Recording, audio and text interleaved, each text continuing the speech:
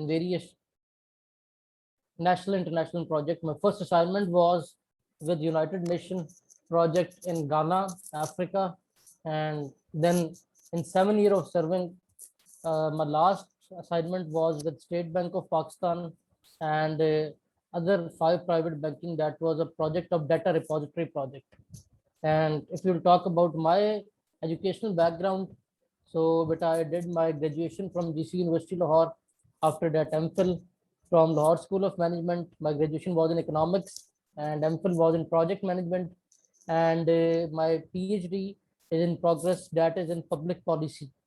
So ये subject जो current affair या इस्लामिक स्टडी, दीज आर दो सब्जेक्ट जिनके साथ को पिछले को 15-20 साल से मैं अटैच हूँ.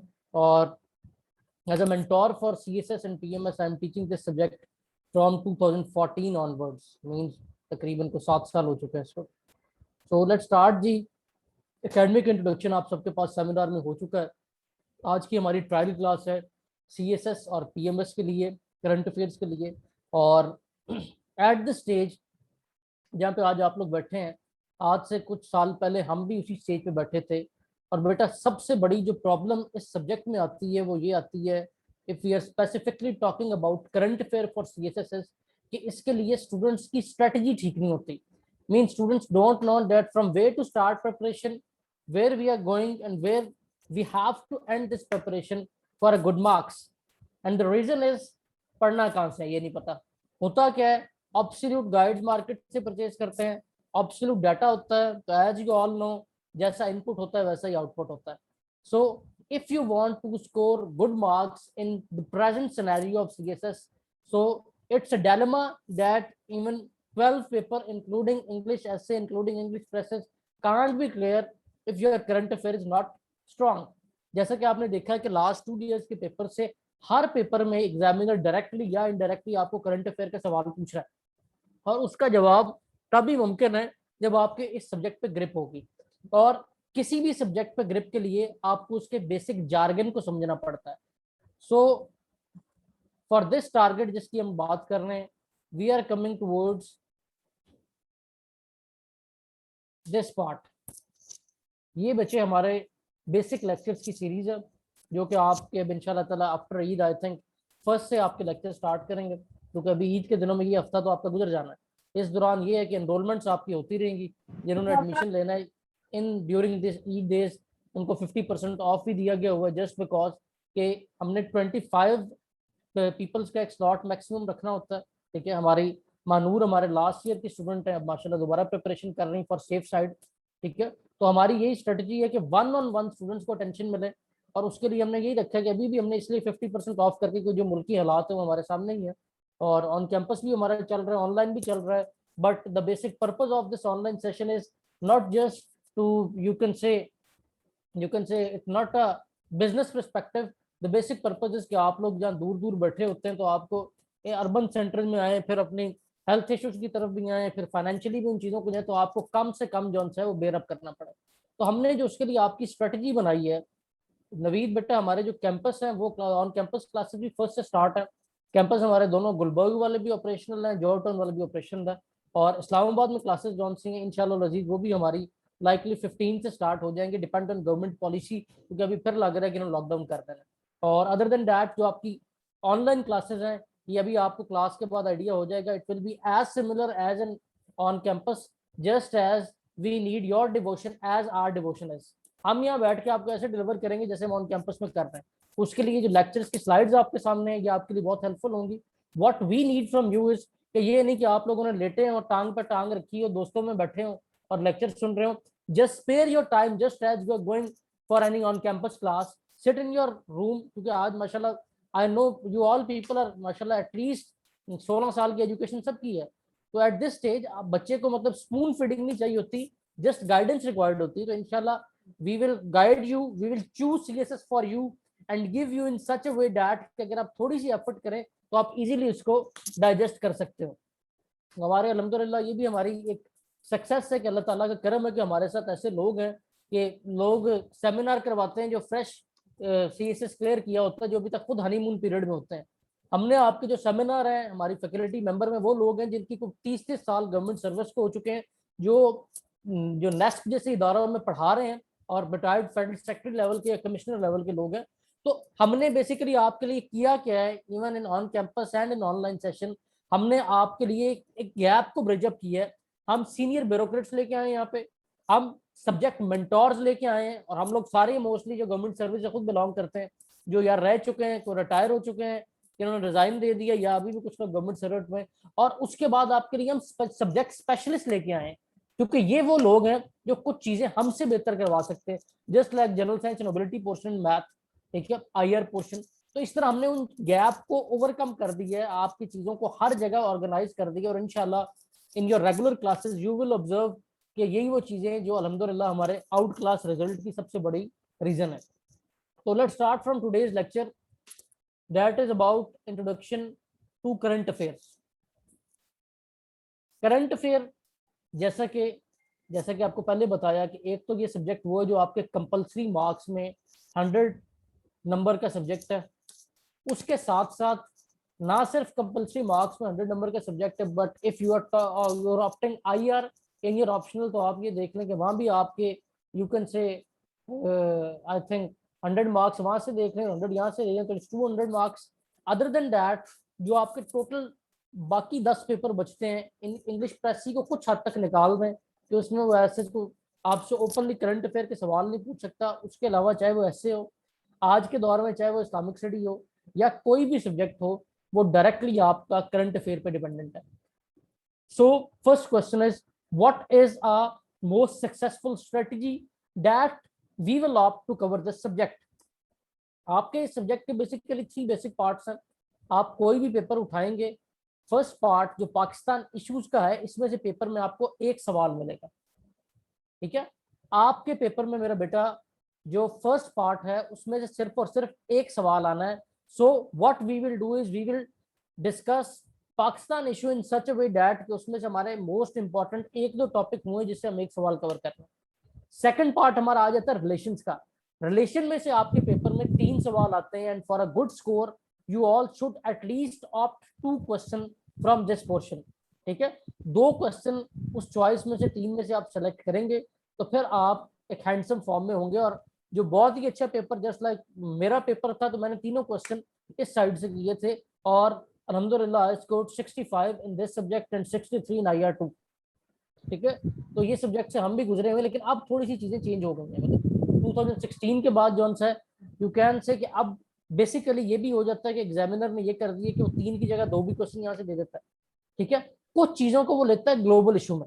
So before starting this subject, जब हमारी एग्जामिनर से बात होती थी, बिकॉज जब हम खुद गवर्नमेंट सर्विस में होते हैं या इस तरह के प्रोजेक्ट्स में होते हैं, तो हमारा इंटरेक्शन ऐसे लोगों से रहता है, और कुछ ऐसे लोगों से मिलने का इत्तेफाक हुआ जो पेपर सेटर लेवल के लोग थे। तो मैंने एक चीज देखी बच्चे कि आपका पेपर जो बनाने वाले लोग हैं वो और हैं, जो पेपर बनाने वाले लोग हैं आपके, वो पहले होते हैं आपके जो बेसिक सेट जॉन है ना, वो आपका आता है सब्जेक्ट स्पेशलिस्ट का, ठीक है। वो पेपर बनाते हैं, वो पेपर को सेट करके आपका सेंड कर देते हैं जो आपके मेन लोग होते हैं, सीनियर ब्यूरोक्रेट्स।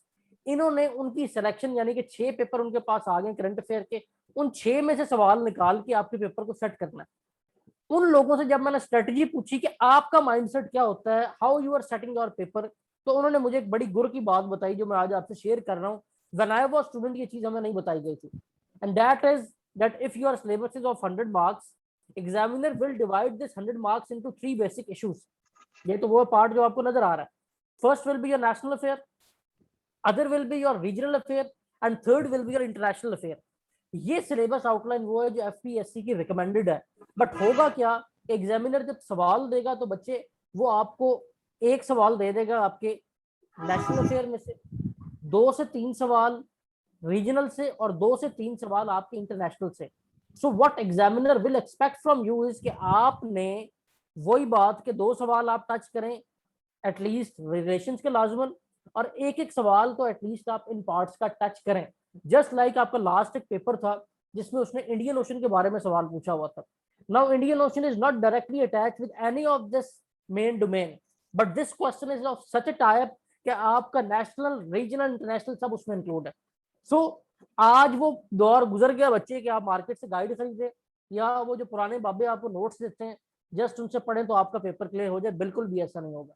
आज की जो कोचिंग है, what we as your mentor have to do is we have to choose the syllabus and we have to, you can say, develop your concept and develop your mindset that you can write on yourself. उसके लिए हमारी strategy, वही बात जो हमारे पुराने student है वो जानते हैं कि हर वीक आपका वीकली टेस्ट होता है. By end of month we will take 3 to 4 days break और उन 4 days में आपका मंथली टेस्ट होंगे. उससे क्या होगा, आपको लिखना आएगा, बार आपकी गलतियां निकलेंगी. फिर सीएसएस के टॉपर्स के पेपर आपसे शेयर किए जाएंगे. जस्ट लाइक मेरी स्टूडेंट 2020 में 19th पोजीशन होल्डर थी, उसके साथ आपके सेशंस होते हैं. ठीक है, इसी तरह हमारे और जो स्टूडेंट जो बहुत अच्छा परफॉर्म कर चुके हैं आपसे पहले रिजल्ट में, मानूर के बैच के उबैद थे. ठीक है, तो इसी तरह वो लोग आपसे इंटरेक्शन उनका डेली बेसिस पे रहेगा. तो वो चीजें आपको जो है ना कलेक्टिवली आपको तैयार करेंगी बेसिकली उस स्टेज के लिए कि आप किस तरह एग्जामिनर जो चाहता है वो दें, और एग्जामिनर को आप यू कैन से कि उसको आप इस तरह वो आपसे इम्प्रेस हो जाए कि वो आपको नंबर दिए बगैर रह ही ना सकता हो. सो एक जो मैंने आपको मोस्ट इंपॉर्टेंट बात बताई, your syllabus is of 3 types. One will be your national affair, other will be your regional, third will be your international affair.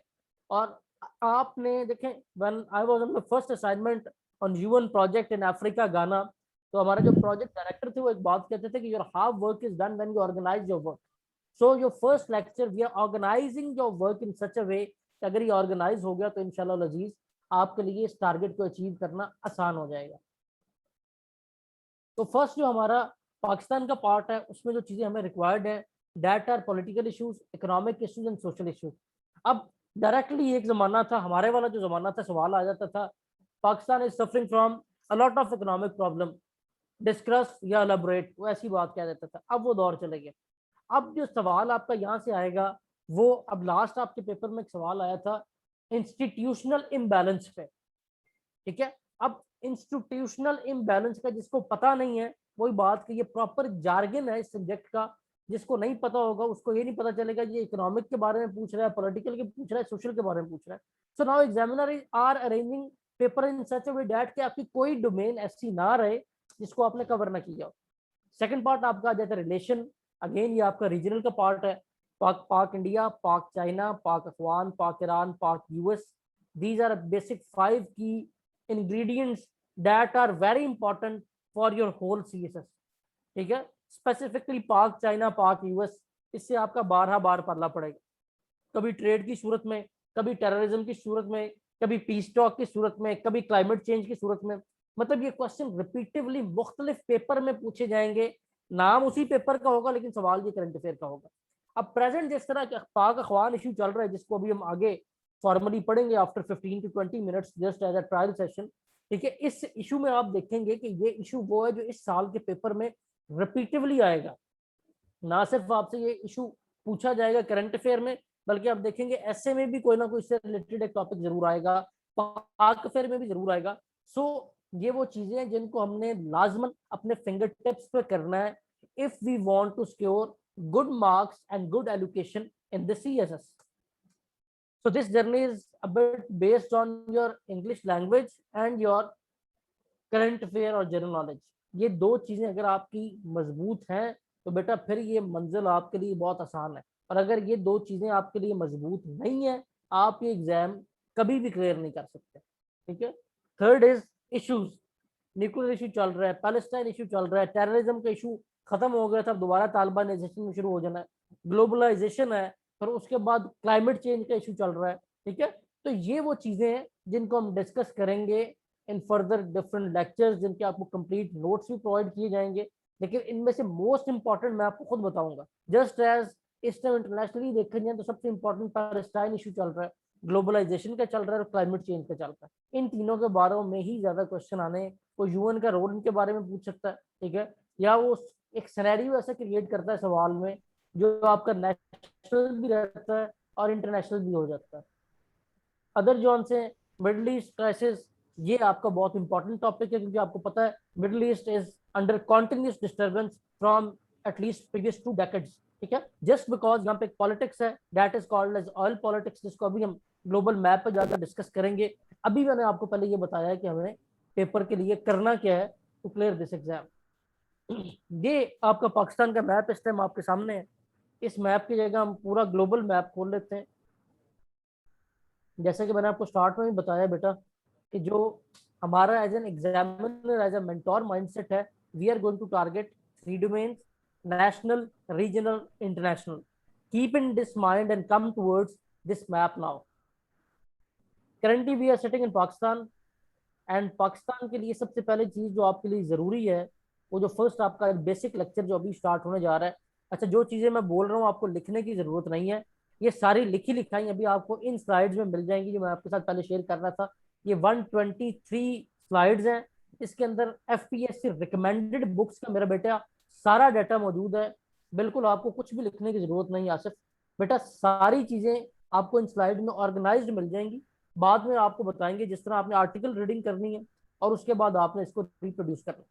ठीक है, तो कम टुवर्ड्स दिस मैप और गौर से सुकून से मेरी बात को सुनना है और इसको समझना है। We are sitting in Pakistan. Pakistan आपके सामने, ये पाकिस्तान का मैप आपके सामने। सबसे पहले जो चीज करंट अफेयर या ओवरऑल इस मैप को देखने के लिए जरूरी है, that is how we are going to see directions और dimension east west north south regarding Pakistan. So when our paper come in front of you or this map come in front of you and you want to know about direction of this, what is east and where is west and where is north and where is south. So if we are talking specifically about Pakistan, so what we have to do is write V on this map. V, W-E-V. जब आप W-E-V लिख देंगे, mean your left side is west, your right side is east.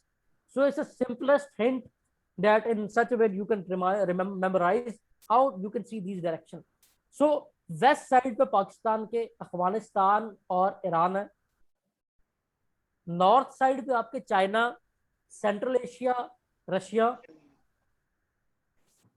आपके east पे India और आपके south पे Indian Ocean, Gwadar port, Arabian Sea, ये सब कुछ मौजूद है. So from your west you are continuously under two types of disturbance. One is your direct line issue. ये आपने जेन में रख रहा है, जो बातें मैंने कही है ना, रीजनल अफेयर के क्वेश्चन आते हैं. अब ये इशू सुनते जाए. अफगानिस्तान के साथ जो वेस्ट पे आपका इशू है, that is of direct line issue, terrorism issue, and third is of provisional issue, or you can say an ethnic group based violence. Pakhtunistan का आपने नाम सुना होगा, ये अभी सिर्फ आपने सुनना है. जब पाक अफगान रिलेशन में जाएंगे वहां भी सब कुछ लिखा हुआ मिल जाएगा. इसी वेस्ट साइड पे आपका बॉर्डर है ईरान के साथ. ईरान के साथ आपके सेक्टोरियल इश्यूज भी हैं और बहुत सारी चीजें आपकी रिजेम्बलेंस भी है, सेक्टोरियल रिजेम्बलेंस भी है. Just as spiritual tourism, Pakistan में भी शिया सेक्ट बहुत ज्यादा मौजूद है उन लोगों का, और ओवरऑल तमाम मुसलमानों का जो पंचतन पाक के साथ मोहब्बत है, जो ज़ियारात वहाँ जाना रहता है. So there is an issue that is a sectorial issue on the base of this शिया सुन्नी वॉर. जो यहाँ पे कुछ इस तरह के ग्रुप्स हैं, that is a religious sectorial terrorist group जो डिस्टर्बेंस क्रिएट करते हैं, वायलेंस क्रिएट करते हैं. एक आपका वो इशू है. दूसरा आपका जो सा रिलीजियस टूरिज्म जो सा वो एग्जिस्ट करता है आपस में दोनों कंट्रीज के साथ. Gwadar is a port that you have purchased from Oman. ठीक है, this is you can say an eye child for the whole globe, as your project of CPEC is based on this Gwadar port. जहाँ पे आपके साथ Arabian सी है, gulf countries का जो mouth है, मींस कि जो आपकी ऑयल ट्रेड है, ऑयल पॉलिटिक्स है, उसको आप डायरेक्टली यहाँ से असरअंदाज कर रहे हैं. उसके साथ साथ सर आपकी आवाज स्लो आ रही है बेटा, आप सब बाकियों को क्लियर आ रही मेरी आवाज? सर हमें क्लियर आ रही है, मे बी उनका माइक का इशू है, वो आपका हो सकता है इशू, आपका इंटरनेट का भी इशू हो सकता है, बट डोंट वरी, हमारी क्लासेस रिकॉर्ड होती हैं ताकि अगर किसी का कोई क्लास मिस हो जाए या इस तरह का कोई प्रॉब्लम हो तो वो उसको दोबारा सुन सकता हो. ठीक है, अच्छा ये भी आपको मैं क्लियर कर दूं, अगर हमारी तरफ से कभी कोई इशू होगा आपके 4 मंथ सेशन में तो इंशाल्लाह अजीज आपकी क्लास रीशेड्यूल होगी. अगर आपकी तरफ से इशू होगा तो आपके पास रिकॉर्डेड लेक्चर अवेलेबल होगा ताकि आपका लेक्चर मिस ना हो. नवीद को क्वेश्चन बेटा,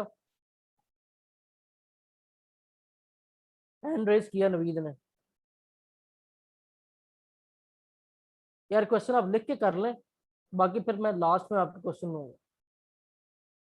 सो अफगानिस्तान एंड ईरान को हमने डिस्कस कर ली है. साउथ साइड हम डिस्कस कर रहे हैं, वेस्ट के बाद साउथ पे आए हैं। साउथ पे हमारे इंडियन ओशन है। Indian ocean is a centre of international politics. आपके पिछले 2 से 3 साल के पेपर उठा के देखें, आपको कंटिन्यूसली एक सवाल ऐसा आ रहा है जिसमें आप इंडियन ओशन का जिक्र ना करें तो आपका सवाल ही पूरा नहीं होता। ठीक है, that is about international politics. what is international politics in Indian Ocean? That is of a great game of you can say converting the world from unipolarity towards backward integration of bipolarity.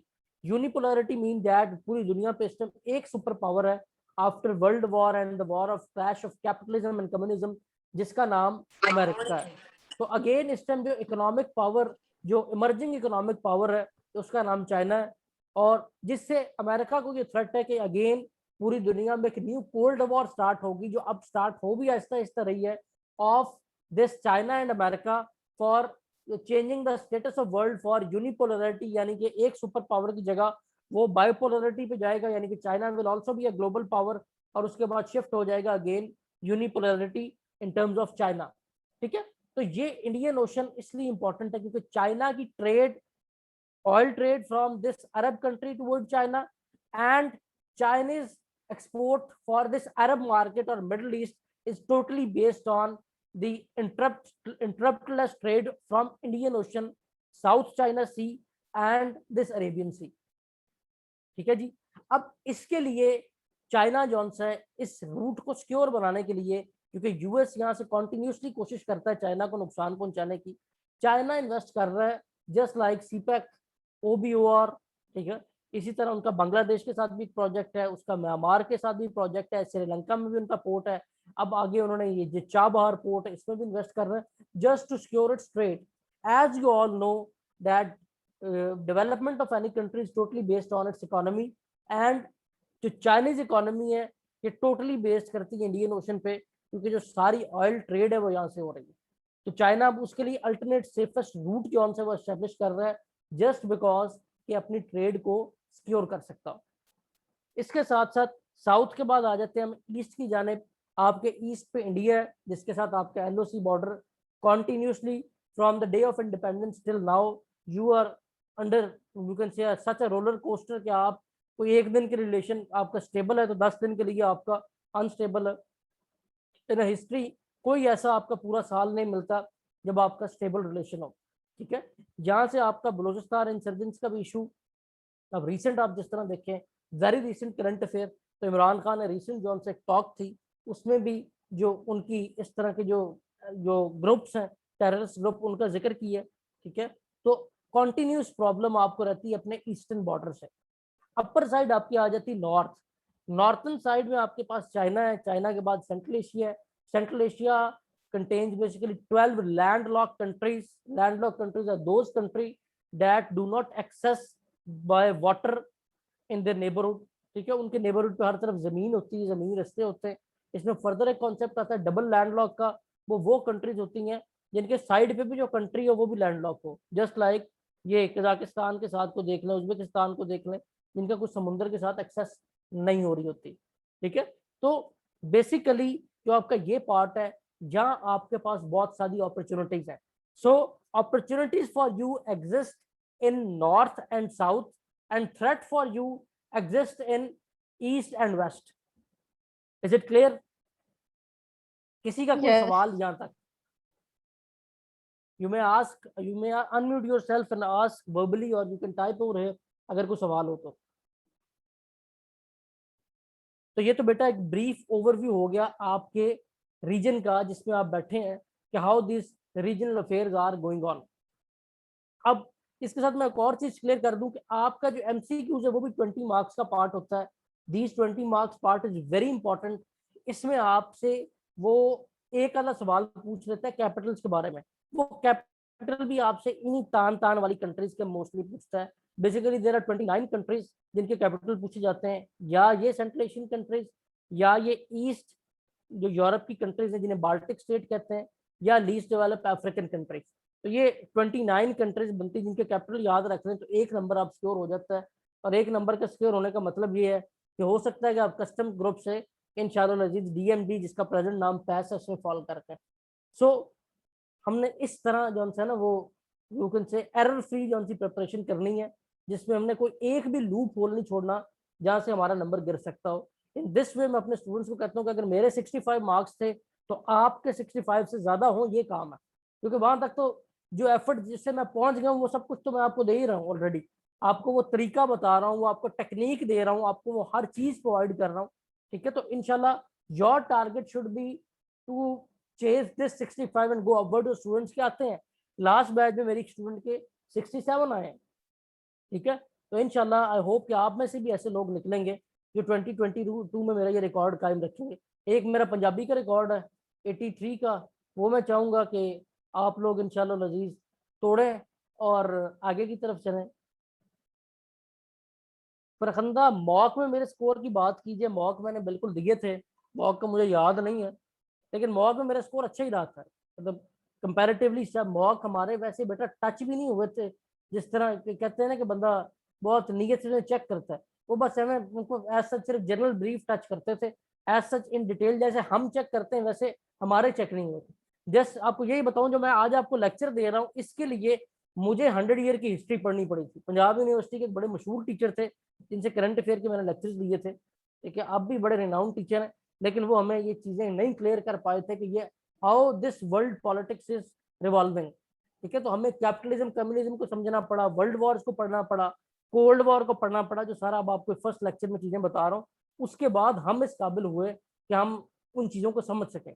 तो as your mentor today I realize for you is के इंशाल्लाह अजीज ये चीजों पे आपकी मेहनत नहीं करवानी। यही तो चीज देखें, आपको मैंने स्टार्ट ही कहाँ से किया, मैप से किया। ठीक है, फर्स्ट मैं आपको आपके ईस्ट वेस्ट नॉर्थ साउथ की इशू बता रहा हूँ। हमें तो मैप देखना नहीं आता था, ये तो खप खप के वो तुक्के लगा लगा के याद करके बाद में इसको इस तरह किया, ऊपर वी लिख दो तो काम पूरा हो जाता है। तो खैर, now come towards this central Asia को लेकिन हमने सर देख लिया। जी फरखंदा पूछे। सर मेरे ख्याल से करंट अफेयर्स के लिए हिस्ट्री पढ़ना इतनी जरूरी तो नहीं है। यही तो बात, लाइक यही तो बात है, करंट अफेयर्स यही तो तो फरखंदा जो बात है। करंट चल रहे होते हैं। मैं वही तो बता रहा हूँ कि यही तो मसला है। यही हमने भी एक टाइम में सोचा। देखें, आपसे अफगानिस्तान में इशू चल रहा है इस टाइम, चल रहा है ना। तो सर वो थोड़ा बहुत तो नो हाउ तो पता होती है। कि नो ठीक और है नहीं, कैपिटलिज्म कम्युनिज्म का क्या हुआ अगर आपको नहीं पता तो आपको कैसे पता होगा कि अफगानिस्तान में क्या चल रहा है। सर, वो तो पता प्रेजेंट है तो ना। वही बात है ना, वो चीजों को आपको इन डेप्थ जब आपको उसके ऊपर ग्रिप नहीं होगी। देखिए, when we are at your stage, हमें नामों का पता था, कैपिटलिज्म ये है, कम्युनिज्म ये है, पर जब हमने उस सब को पढ़ा, यानी अब आज आपके 12 लेक्चर है मेरे साथ करंट अफेयर के, जिनमें से एक लेक्चर हिस्ट्री का है आपका।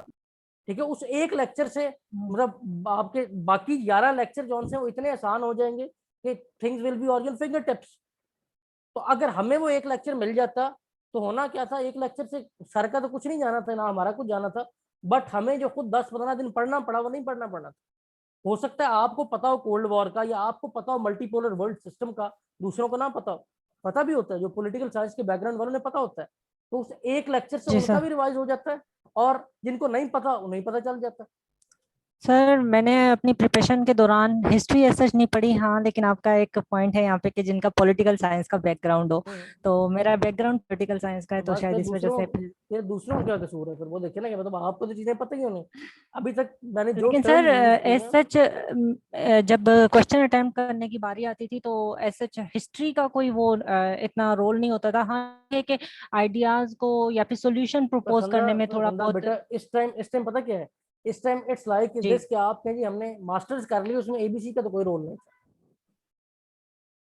बात समझ में आई है? मतलब कि जी सर। एबीसी पढ़ी होगी तो आगे जिस स्टेज पे आप पहुंचे हैं वो कर पाएंगे।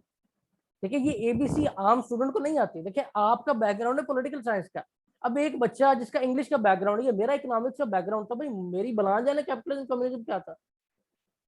जस्ट को इंग्लिश मूवीज देखी हूँ जिससे थोड़ा आइडिया था कि ये हुआ, हिटलर ने ये किया, ये हुआ पोलैंड में, ये जर्मनी में हुआ। तो हमने एज और मेंटोर हमने ये देखना है कि हमने सब कुछ लेवल पे लेके आना है। और वही कह रहा हूँ, एक लेक्चर हिस्ट्री का होना है जो फर्स्ट लेक्चर होगा आपका, जो इसकी स्लाइड अभी मैं आपको जी सर। दिखाऊंगा, बाकी आपके तमाम लेक्चर करंट अफेयर पे होंगे। उस तो एक सर लेक्चर वही से तो क्या होगा।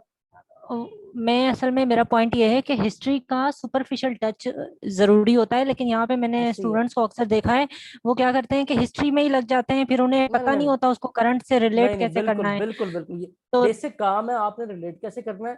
हिस्ट्री की आपको ऐसे हुआ हो कि आपने अगर जैसे पाक अखवान रिलेशन पे आप क्वेश्चन अटेम्प्ट कर रहे हैं तो आपको ये पता हो कि आपका अंडरस्टैंड उसके साथ इशू। बैकग्राउंड क्या है। और आज का जो फरखंदा बेटा पेपर आ रहा है वो आ रहा है एनालिसिस बेस। हमारे टाइम में मुझे आज भी यस याद है, आपको भी शायद पुराना टाइम को थोड़ा सा किसी को याद ही हो, ये जो इंटरनेशनल लॉ का पेपर था ना वो हम बड़े शौक से ऑप्ट करते थे। और उसमें वो पूछता था what is treaty, define the types of treaty. आज आप यस लोगों को तो सर, कोई सवाल नसीब ही नहीं है।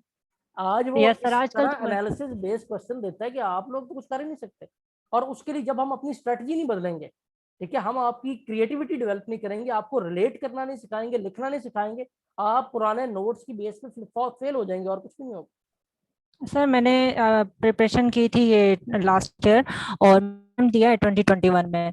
तो मेरी स्ट्रेटेजी उसमें ये थी कि मैं मैक्सिमम रिलेट करती थी, सिर्फ लाइक किसी एक सब्जेक्ट को मैंने गुड। इतना ज्यादा नहीं पढ़ा, हर सब्जेक्ट को मैंने 50% पढ़ लिया, लेकिन वो जो 50% था ना, फिर उस 50% में मैं हर दूसरे सब्जेक्ट से थोड़ा जो है क्रक्स डालती थी और फिर वो उनको रिलेट करके इस तरीके से बेसिक लिखती थी। बेसिक मेरी काम है वो, स्ट्रेटेजी ये लेकिन उसमें फरगंदा बेटा जो एक हमारा इतने सालों को एक्सपीरियंस है उसमें ये आ जाता है।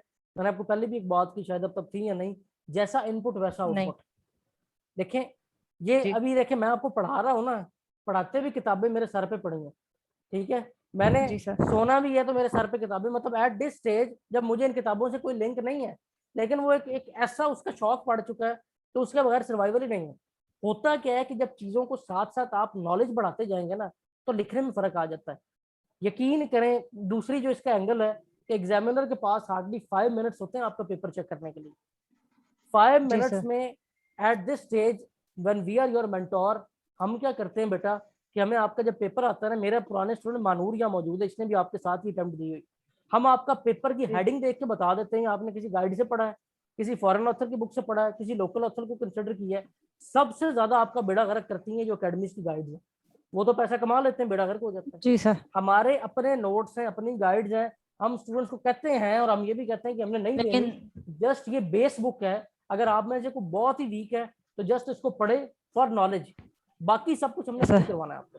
लेकिन सर मेरी स्ट्रेटेजी ये होती है कि मैं हेडिंग कभी भी किसी और जगह से देख के नहीं देती, हेडिंग मैं अपने माइंड से ब्रेनस्टॉर्मिंग बिल्कुल करके ही देती। बिल्कुल तो बिल्कुल। और कुछ चीजें ये होती हैं कि मतलब हेडिंग्स जनरेट, जिस तरह कुछ वर्ड्स ऐसे हैं जो किसी स्पेसिफिक सब्जेक्ट का जार्गन है, जिस तरह अभी हम जिस जी तरह सर। स्ट्रेटेजिक का वर्ड एक यूज कर रहे थे, अब ये जिसका तो वो पॉलिटिकल साइंस का बैकग्राउंड है उसे तो आइडिया हो सकता है, लेकिन यस सर। जिसका नहीं है बेचारा, जो उर्दू का बैकग्राउंड है या इंग्लिश का या कोई इंजीनियर है या डॉक्टर है या मेरी तरह कोई सोशल साइंसेज वाला है, तो उसको एज सच इनका आइडिया नहीं होता जब तक वो उसकी स्टडी ना करे। जी सर। ठीक है, तो अच्छा, आगे तो चले। आप इस वजह से कह रहे हैं ताकि उसके जार्गन्स को अंडरस्टैंड कर बिल्कुल सकें बिल्कुल। तभी। मतलब जी सर। मैं अगर अपनी बात बताऊं ना, एज अ मेंटोर जो हम आपके एग्जामिनर्स को भी मिले, हम खुद भी पेपर चेक करते हैं, सीएसएस के जो लेवल के बाबे पेपर चेक करते हैं वो भी आपकी फैकल्टी में मौजूद है। हमने एक चीज उसमें जरूर देखी है कि वो इंट्रोडक्शन और कंक्लूजन से फैसला कर लेते हैं कि आपको नंबर कितने देना। जी सर। ठीक है, आपका इंट्रोडक्शन और कंक्लूजन हमें बता देता है कि हमने आपको कहाँ स्कोर करना है। ठीक है, मेरा एक सवाल था आज से 2 साल पहले की एग्जामिनर से, वो पेपर चेक करता था और मैंने अक्सर देखा कि बच्चों के ना नंबर आते हैं 28 की, डीएमसी पुरानी आप देखे ना, पाक फेयर में 28 नंबर बहुत आए होते हैं। तो मैंने उससे पूछा यार कि जी 28 का आपने को कुछ फिगर सेट किया हुआ कि बार बार 28 डीएमसी में जाओ के लिए।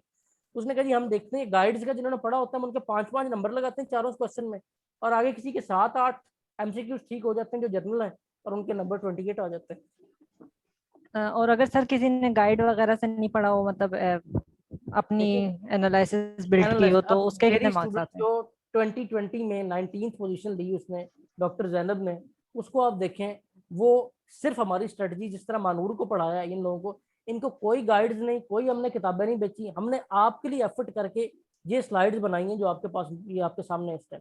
ठीक है, इन स्लाइड्स की बेस के ऊपर जो हमारे पुराने स्टूडेंट अभी आ चुके हैं जिनकी आज क्लास है आपके साथ, ट्रायल क्लास है, उनकी वैसे ट्रायल क्लास है, उनकी वैसे क्लास है सॉरी, वो भी आपको बताएंगे कि डिफरेंस क्या आता है।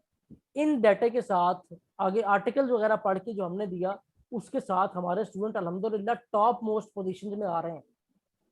क्यों? It's your comparative exam, it's an exam of creating a difference, and difference in a positive way. आपसे मैं सीएसएस के टॉपर्स के पेपर शेयर करूंगा।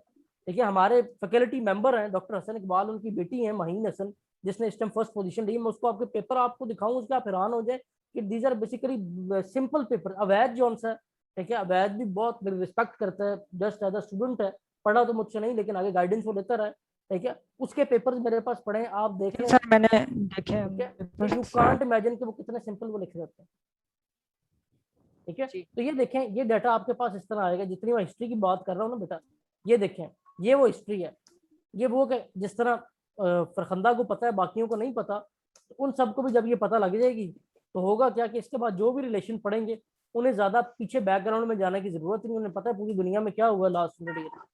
और जस्ट ये आपका फर्स्ट लेक्चर होगा जो 1 होगा, लेक्चर 1 आपका वो इस पे होगा बस।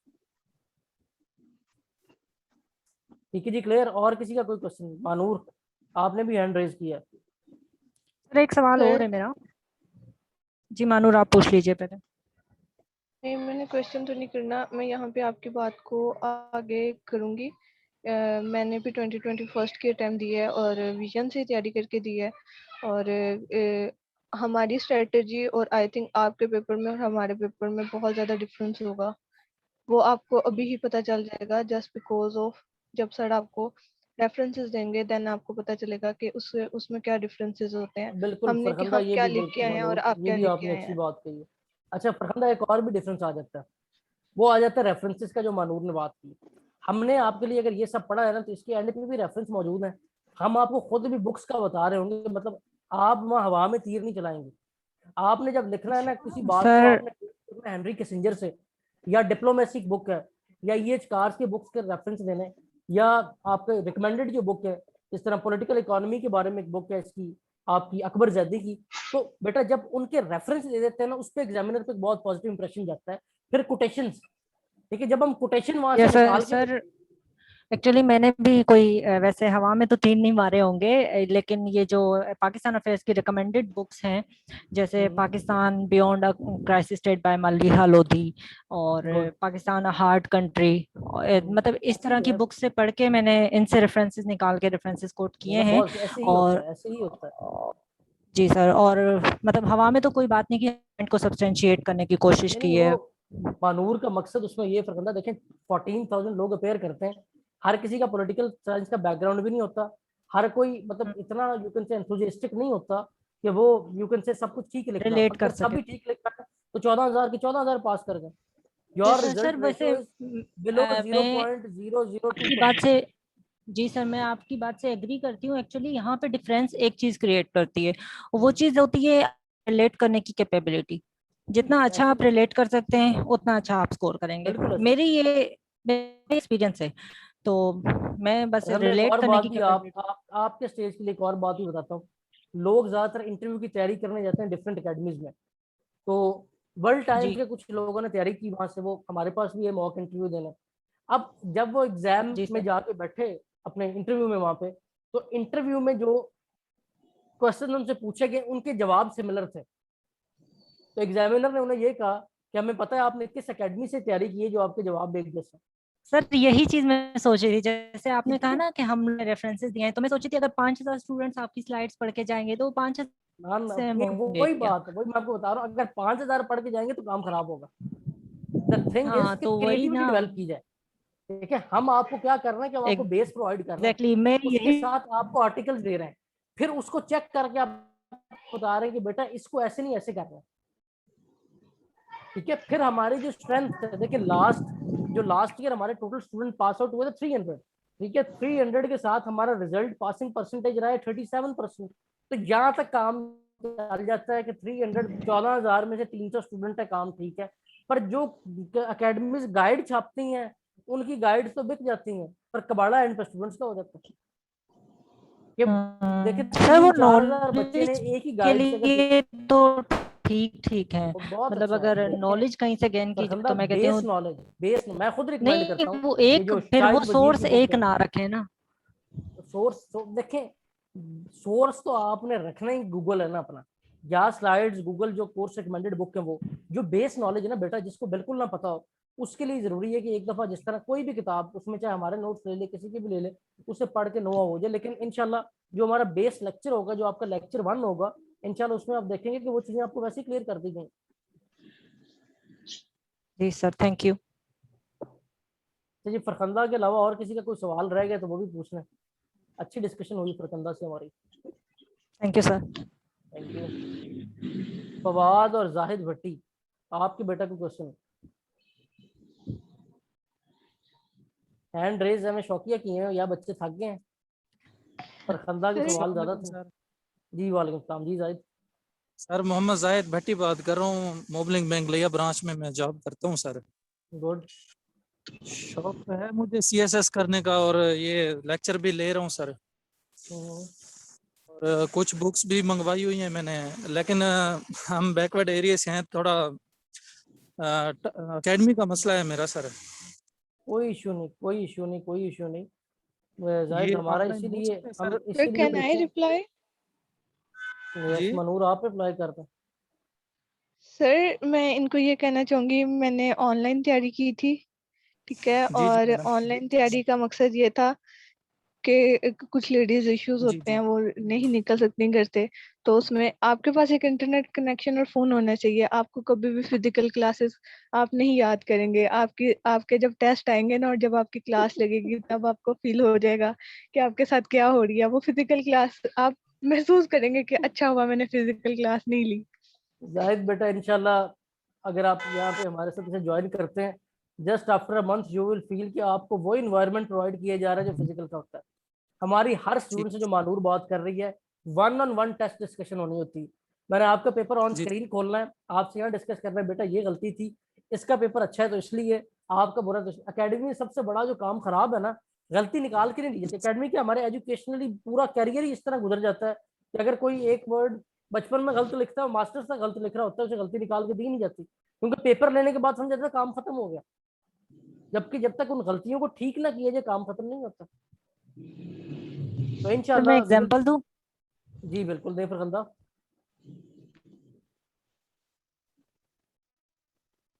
सर वो बचपन से हम लोग एप्लीकेशन में सीखते हैं ना, with due respect I beg to say, तो वो बचपन से ही हम बेगिंग कर रहे हैं, तो सही है, वो सिस्टम के आगे सही है, तो बस फिर। कह रही।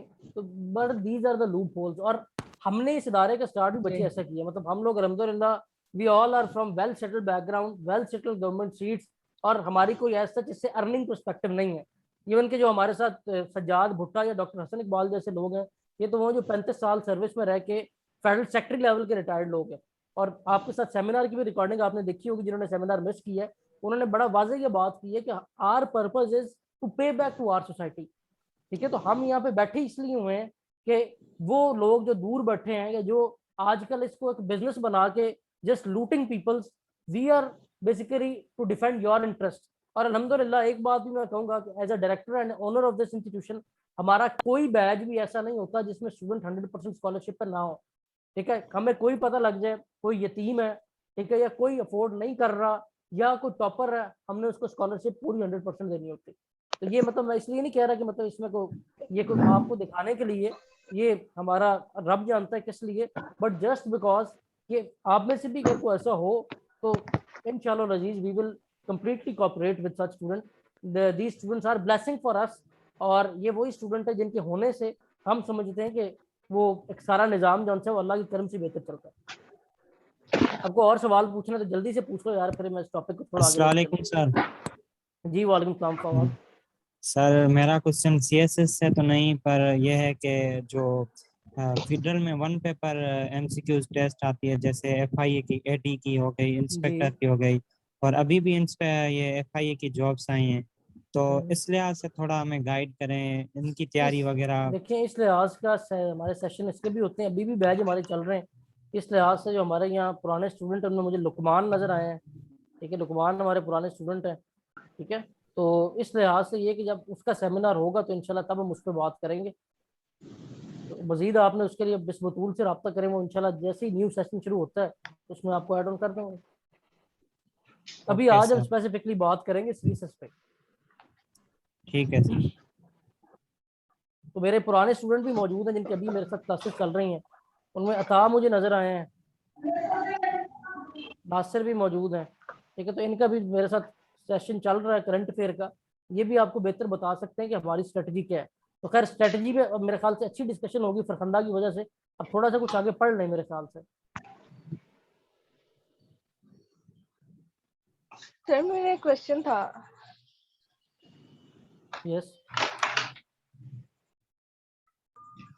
सर जैसे कि आई नो के 2020 फर्स्ट की अटेम्प्ट दी हुई है और उसके बाद रिजल्ट वेटिंग हूँ, लेकिन वो आपकी एक एडवाइस थी कि रिजल्ट का इंतजार नहीं करना चाहिए, जो 0.11 रिक्स होता है उसके बेसिस पे आपको तैयारी स्टार्ट कर लेनी चाहिए।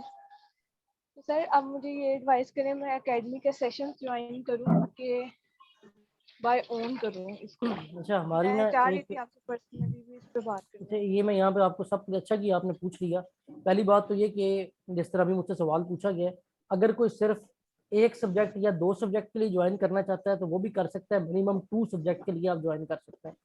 नंबर 1। नंबर 2, हमारी ये स्ट्रेटजी है कि अगर कोई हमारा CSS PMS का स्टूडेंट दोबारा ज्वाइन कर रहा है, जस्ट लाइक उसने फर्स्ट टाइम हमसे तैयारी की हुई है, तो वो सेकंड टाइम अगर ज्वाइन कर रहा है तो उसके लिए हाफ फीस होगी। तो आप अगर रवीन के लिए ज्वाइन करना चाहें तो आप कर सकती हैं, और आप कांटेक्ट कर लें मिस बतूल को, ठीक है। ओके तो सर, मैंने उनसे पहले कांटेक्ट किया था। मैंने उन्हें ये कहा था कि मैं CSS और PMS पहले मैं सिर्फ तहसीलदार का ट्राई करना चाह रही थी, लेकिन फिर मैंने सोचा कि मैं इसको CSS और PMS के लिए प्रॉपर तैयारी करती हूँ। इंशाल्लाह मनूर, जो भी कोई क्यूरीज जाएंगी तो आप जी सबके पास नंबर है, मेरा भी है, बतूल का भी है, कोई ऐसा इशू हो तो आप पूछ सकते हैं, कोई इशू नहीं। लेकिन जो भी आप बतूल को कहेंगे मुझ तक आएगा तो उनको इंशाल्लाह पूरी तरह एंटरटेन किया जाएगा, कोई ऐसी बात नहीं उसमें। इंशाल्लाह सर, थैंक कोई यू। और किसी का क्वेश्चन, यार कोई जनरल क्वेश्चन है तो जल्दी पूछ लें, फिर थोड़ा सा पढ़ लें ताकि कोई फायदा आज के लेक्चर का भी आपको हो।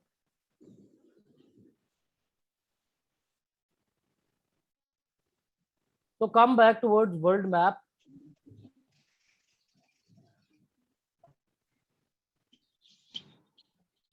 अस्सलाम वालेकुम सर। जी वालेकुम सलाम।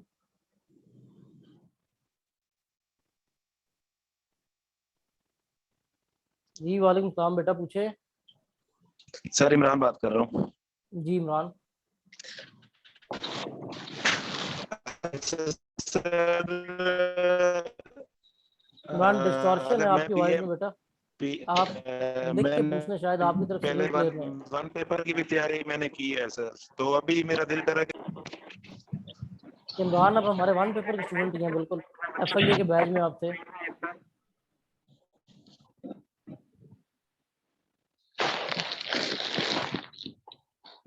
चलें बेटा, अब एक दफ़ा अपने आप को म्यूट रखें। बिल्कुल आप कर सकते हैं तैयारी इसकी भी, तो इसके लिए आपको ना मिस बतूल से कांटेक्ट करें, वो आपको इंशाल्लाह, ये बैच शुरू हो रहा है इंशाल्लाह, फर्स्ट से क्लासेस स्टार्ट हो जाएंगी तकरीबन। अभी आपका एक सेशन ये हुआ, एक दो और ट्रायल क्लास आपकी फ्री होंगी। अभी आपको ये फ़ायदा है जो ईद के डेज में एनरोलमेंट करवा रहे हैं उन्हें 50% डिस्काउंट है ऑनलाइन पे, और ऑन कैंपस पे भी डिस्काउंट है, वो आपको बतूल से डिटेल मिल जाएंगी। वैसे 40% है, जस्ट बिकॉज के जो मुल्की हालात चल रहे हैं उनके मुताबिक our basic aim is to cooperate with student as much as we can. ठीक है, ये मेरे पुराने स्टूडेंट जानते हैं बड़ी अच्छी तरह। सर ठीक है जी फरंदा। सर एकेडमी कोई मॉक कंडक्ट करती है, लाइक बिल्कुल करती वीकली है, मॉक? वीकली एक तो मॉक वो भी मॉक होते कंडक्ट हैं जो, करती है। देखिए वीकली टेस्ट भी होते हैं, वीकली हमारे 1 day test in a week लाजमन है। बिल्कुल आप सही करेंगे, आपके लिए वो भी बेहतर है, वो भी ज्वाइन करें। उसके अलावा हमारा एक ना 2 मंथ्स का पूरा रिवीजन एंड टेस्ट सेशन है जो इस 4 मंथ के सेशन के बाद होता है। अभी भी साथ वो शुरू हो रहा है, ठीक है, जिसके सर अंदर स्टूडेंट्स को टेस्ट दिए जाएंगे और वो चेक किए जाएंगे और उसकी बेस पर उनको रिवाइज करवाया जाएगा कि इसमें ये गलती, इस पर इम्प्रूव करें। उसका क्राइटेरिया क्या है सर? क्राइटेरिया यही है, सिंपल, आपकी मर्जी पर डिपेंडेंट है। अगर आपकी पहले तैयारी है तो आप उसमें जाएंगे। नहीं, मेरा पूछने का मतलब ये है कि उसकी सेपरेट फी है या फिर सेपरेट ही, इसी? देखिए जो जिन्होंने तो इन्होंने एक तो वो है जिन्होंने कंप्लीट सेशन ज्वाइन किया हुआ है जी उनकी तो जी। जाहिर बात है सेपरेट फीस नहीं है। जो सिर्फ मॉक के लिए आ रहे हैं उनकी सेपरेट फीस है अकॉर्डिंग टू दैट सेशन। ठीक है, थैंक यू। और किसी का कोई सवाल?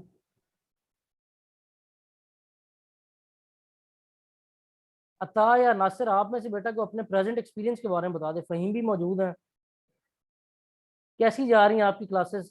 अभी किसी को और भी कोई कंफ्यूजन है तो दूर हो जाएगी। सर मैंने वैसे चैट में SMS किया है, लेकिन अभी वैसे से बता रहा हूँ।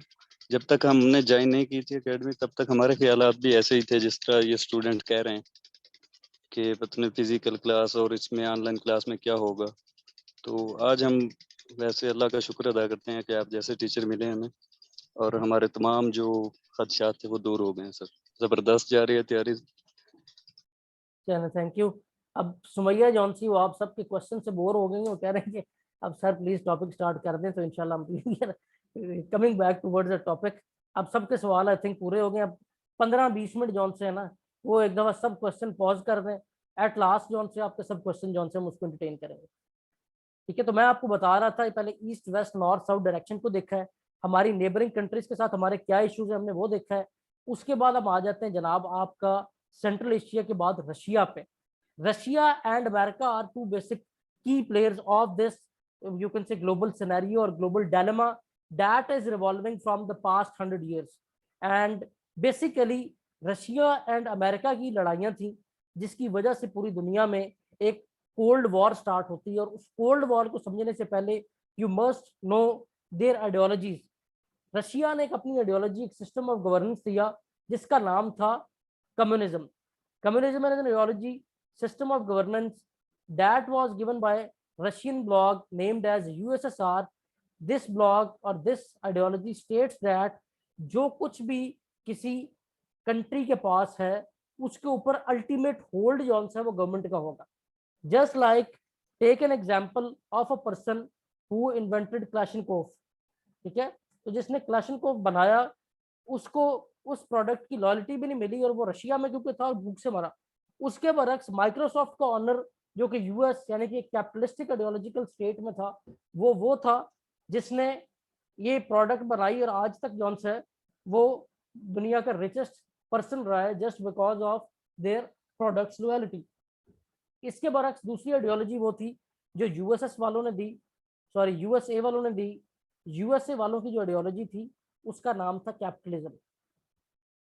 Capitalism is an ideology, a system of governance that you can say that's byproduct is democracy and that talks about free will of people।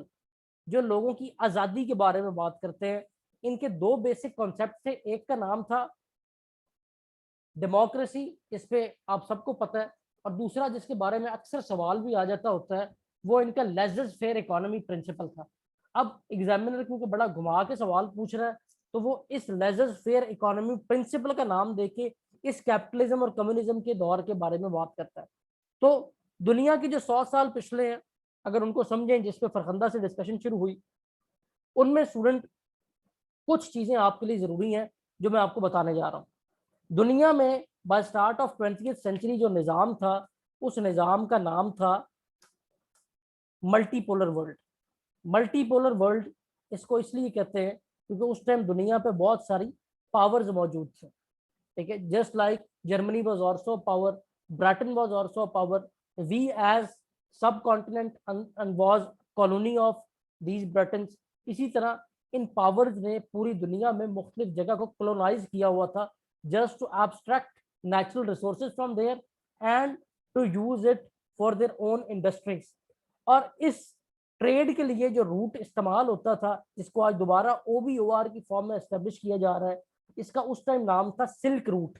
Just because कि आप सब कॉन्टिनेंट में मौजूद है, आपकी सिल्क बहुत मशहूर थी और ये जो ग्रेट ब्रिटेन वाले जिनकी आप कॉलोनी थे वो यहाँ से सिल्क को एब्स्ट्रैक्ट करते थे और यूरोप में जाके अपनी फाइनल प्रोडक्ट जो सी प्रोड्यूस करते थे। Then world suffer a great war. The war was from 1914 to 1918. This war was named as Cold War I और इस वॉर के नतीजे में ये सारी पावरें आपस में लड़ी थी। अगेन इसके बाद एक ऑर्गेनाइजेशन कायम पजीर हुई जिसका नाम था लीग ऑफ नेशन और जिसका पर्पस ये था कि पूरी दुनिया में पीस कायम किया जाए। But again this organization was unsuccessful to achieve the same end world goes on from a second destructive war जिसमें न्यूक्लियर वेपन भी इस्तेमाल किया गया और that war was named as second world war जिसका ड्यूरेशन था 1939 टू 1945। और ये जो वर्ल्ड वॉर थी, ये वर्ल्ड वॉर के दरमियान ये जितनी पावर्स आपको यहाँ नजर आ रही हैं मल्टीपोलर वर्ल्ड्स की, ये तमाम पावरें इख्तिताम पजीर हो गई और पूरी दुनिया पे दो बेसिक पावर बची, one was US and other was USSR. ठीक है, तो ये दो जो मेन पावर्स बची, अब जंग इनके दरमियान थी क्योंकि दो पावर थी ग्लोबली। तो इस सब्जेक्ट का जार्गन ये कहता है कि we will call this two powers as bipolar system. Bipolar यानी कि दो ताकतों का निजाम था। ठीक है, उन दो ताकतों के साथ कंट्रीज एलाइज थी। जस्ट लाइक उस टाइम पे जिस तरह अभी हम मैप को देख रहे थे, दोबारा मैप की तरफ हम अगर आए, साथ साथ हम इसको फिजिकल भी देख रहे हैं और साथ साथ आपको इसकी थ्योरी भी मिल रही है। तो ये जो आपका फेज स्टार्ट होने जा रहा है 1945 में, इसके बाद एक तो एक ऑर्गेनाइजेशन कयाम पजीर हुई जिसका नाम यूएन था, अगेन जिसका पर्पज ये था कि पूरी दुनिया में पीस कायम किया जाए। और दूसरा ये दो एजेंडास, दो आइडियोलॉजीज जिसका नाम कैपिटलिज्म और कम्युनिज्म था, इनकी वॉर का आगाज हो गया। और ये वॉर जो सी थी, इस वॉर के लिए देखिए at that time the basic source of power are of three, ठीक है, थ्री टाइप्स। वन वॉज जिसके पास जमीन ज्यादा है, जिसके पास आर्मी ज्यादा है, जिसकी मईशत मजबूत है। अब इन तीनों मुहाज पे लड़ाई थी इनकी। अब इन्होंने साथ वाली कंट्रीज पे कब्जा करना शुरू कर दिया। रशिया ने यहाँ से आपकी जर्मनी में देखें तो ईस्ट जर्मनी की, ईस्ट और वेस्ट जर्मनी को डिवाइड किया जाता है। ईस्ट जर्मनी तक जो ये स्टेट है जिसमें बाल्टिक स्टेट, ये जो आपकी लटवा, लटवाना, ठीक है, एस्टोनिया, इनका रोल बहुत मशहूर है। These are collectively known as Baltic state, these are known as Scandinavian countries. ये जो बाल्टिक स्टेट है ये ऑनवर्ड सारी एरिया जो उनका था रशियन कंट्रोल में था, कम्युनिस्टिक आइडियोलॉजी यूएसएसआर के अंडर था, ठीक है। अदर देन दैट जो आपका दूसरा ब्लॉक था जो कैपिटलिज्म का ब्लॉक था, कंट्रोल्ड बाय यूएस, उसने भी यहाँ पे अफ्रीका पे, मिडल ईस्ट पे, उसके साथ साथ वेस्ट यूरोप पे, इन सब जगह पे अपना कब्जा कर रखा था। तो ये फेज दुनिया में स्टार्ट हो गया कोल्ड वॉर का। कोल्ड वॉर बेटा उस जंग को कहते हैं जो दो ऐसी कंट्रीज के दरमियान हो जो अपनी जगह पे डायरेक्ट नहीं लड़ रहे और हर फ्रंट पे जंग लड़ रहे हैं, मीने एक दूसरे को इकोनॉमिकली भी नुकसान पहुंचा रहे हैं, डिप्लोमेटिकली भी नुकसान पहुंचा रहे हैं, स्ट्रेटजिकली भी नुकसान पहुंचा रहे हैं, but they are not fighting with their weapons on their own land. अभी क्वेश्चन बेटा मैं एक सेकंड सबको एंड में आंसर देता हूँ, जरा थोड़ा मैं काम कवर करने दें ताकि सबको एक बेसिक अंडरस्टैंडिंग डेवलप हो। सो कहाँ पहुंचे थे हम कि कोल्ड वॉर उस जंग को कहते हैं जिसमें आप ये देख रहे हो कि वो जो कंट्रीज हैं वो लड़ रही हैं एक दूसरे से, और एक दूसरे की जमीन पे नहीं लड़ रही बल्कि हर फ्रंट पे एक दूसरे को नुकसान पहुंचाना चाह रहे हैं। This war is known as cold war. This cold war was further converted into a proxy war, जिसको फरखंदा बहुत अच्छी तरह समझ सकती हैं, जो कि अफगानिस्तान में स्टेज ऑफ वॉर बना था बेटा from 1979 to 1991. Now there are two questions arise at this stage. Why the stage of Cold War was in Afghanistan and what was the threat कि इससे पहले जब रशिया सारे सेंट्रल एशिया पे कब्जा कर रहा था, ईस्ट यूरोप पे कब्जा कर रहा था, तब अमेरिका डायरेक्टली मैदान में नहीं उतरा, but when Afghanistan was invaded by Russia in 1979 तो यूएस डायरेक्टली जो है उनके खिलाफ इन एक्शन आया और यहाँ पे स्टेज ऑफ वॉर बना। But this question will still remained paused until we come towards the major topic that is of पाक अफगान रिलेशन, ठीक है। इसको यहाँ क्वेश्चन मार्क लगा लें अपने दिमाग में क्योंकि फिर वो उसी तरह बात निकल जाएगी, इसको हम पाक अफगान रिलेशन में कवर करेंगे, ठीक है। तो खैर ये जो कोल्ड वॉर का फेज था इसमें Pakistan was under the umbrella of capitalism, Pakistan ने कैपिटलिस्टिक ब्लॉक को सपोर्ट किया और Pakistan was a cause and Pakistan is a cause जिसकी वजह से यूएस ने सरवाइव किया अब तक अफगानिस्तान में। And now when Pakistan decided not to, you can say not to, क्या इसको नाम देंगे आप, अपने नेशनल इंटरेस्ट पे उसने कहा कि अब कंप्रोमाइज नहीं करना। सो नेशनल इंटरेस्ट है, अब सब समझ जाए कि not to compromise on your national interest. National interest mean कि मुल्क की मफाद को पहले तरजीह देनी है। तो डायरेक्टली जौन सा है आप देखेंगे कि सब सारी गेम जौन सी पाकिस्तान ने जब तक उनका साथ दिया है ये जंग लड़ी जाती रही है। जब पाकिस्तान ने ये फैसला कर लिया है कि हम उनकी सपोर्ट नहीं करेंगे तो ये जंग खत्म हो गई है। Because US knows very well that without Pakistan, without using the name of Islam, जिसको एक दौर में उन्होंने जहाद का नाम दिया था, then blame Pakistan on this name was converted in the name of terrorism. ये सब कुछ उनका अपना ही बनाया हुआ था। तो खैर ये डिस्कशन होगी जब उनके रिलेशन में जाएंगे। बहरहाल ये 1979 से 1991 का जो वॉरफेयर था ये कोल्ड वॉर, प्रॉक्सी वॉर इसको कहते हैं। After that the system of globe was again transformed from bipolar system to a unipolar system. Unipolar system means when there is only one global power, that is America. Now here the question arises why America is a global power. Instead similarly अगर भी देखें सबसे ज्यादा जमीन Russia के पास है, economy जो सी वो अब चाइना की मजबूत हो रही है, but China's economy is not as developed as of US, but China will compete US inshallah by 2030s, but still US you can say basically enjoy this status of global power, or you can say a global superpower, just because US have you can say a stock and a library of nuclear arsenals. उनके पास nuclear weapons का बहुत ज्यादा stock मौजूद है, जिसकी वजह से वो ये क्लेम करते हैं कि हम ग्लोबल पावर है। ठीक है, तो खैर ये एक सिनेरियो है आपका इस वॉर का। अब प्रेजेंटली जो अब हिस्ट्री से अगली बातें आ रही हैं वो आ रही है कि world is going toward again another cold war, and this cold war is between US and China, and the stage of cold war is Indian Ocean and Arabian Sea. बात समझ में आती है? Now you can comment of this on this statement if anyone of you wants.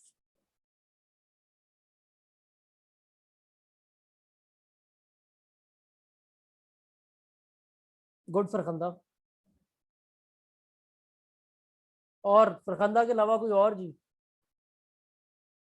कुछ इसके बारे में अब समझ आइए आपको जो अभी चल रहा है कि ये कोल्ड वॉर किस तरह होती है। ठीक है, नाउ अगेन चाइना की जो आइडियोलॉजी है उसका नाम सोशलिज्म। देखें, आप कभी इस बात को सोचें कि गोरे को इस्लाम से क्या मसला है। गोरा मीन आपका जो यूएस है, दे न्यू कि आपको मुसलमानों को सेक्टेरियनिज्म में भी तोड़ के रखना है, आपको किसी ना किसी तरह हर फ्रंट पे एंगेज रखना है, just because you have an ideology and your ideology is a mother of all these ideologies. Capitalism हो, कम्युनिज्म हो, सोशलिज्म हो, अगर इस्लामिक आइडियोलॉजिकल प्रिंसिपल्स को उठा के देखें तो इस्लाम की वाहिद वो आइडियोलॉजी है जिसकी बेस के ऊपर आपने पूरी दुनिया में 3 दफा हुकूमत की है। So to engage you on different fronts, what US और western forces want is to engage you on different front, just कि आप यूनाइट ना हो जाए। अगर आप यूनाइट हो जाएं तो फिर यूनिपोलर वर्ल्ड में सिर्फ एक पावर हो जिसका नाम इस्लाम है। सो टू ओवरकम दिस उसने आपको तो एंगेज कर दिया है। उसके अलावा कम्युनिज्म की आइडियोलॉजी उठी, उसको एंगेज किया।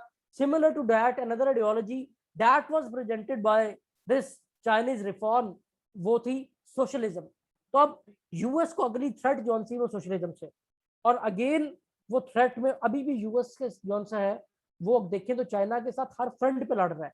अगर हम रीजनली बात करें तो रीजनली आपकी दोस्ती चाइना के साथ, तो आपका दुश्मन जौन सा इंडिया, उसके साथ यूएस की दोस्ती है। So this is how this global dilemma revolving, और इसको समझने के लिए आपको यूएस की मेंटालिटी का पता होना चाहिए, और मेंटालिटी तभी पता हो सकती है जब हमने लास्ट जो प्रीवियस 100 ईयर्स की जो मेन पॉइंट्स निकाले वो आपके फिंगर टिप्स पे हो। So all things are clear up till now.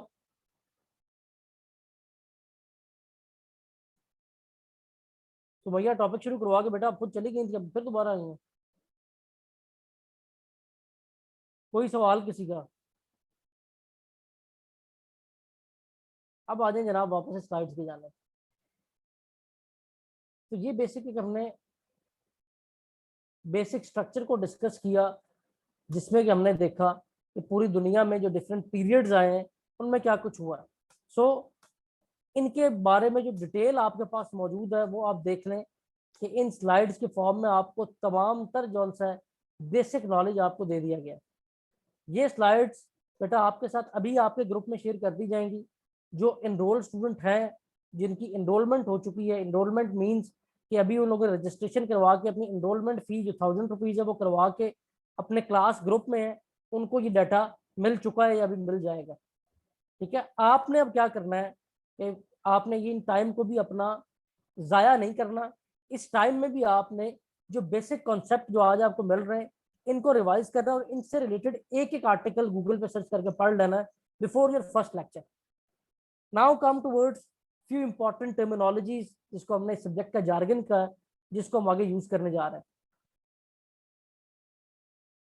Good digital economy is also an emerging topic of present time, और जिस तरह बिटकॉइन वगैरह ये सब कुछ हो रहा है, और डिजिटल इकोनॉमी से जिस तरह ग्लोबल इकोनॉमी को ऑपरेट किया जा रहा है, दैट्स अ क्वेश्चन।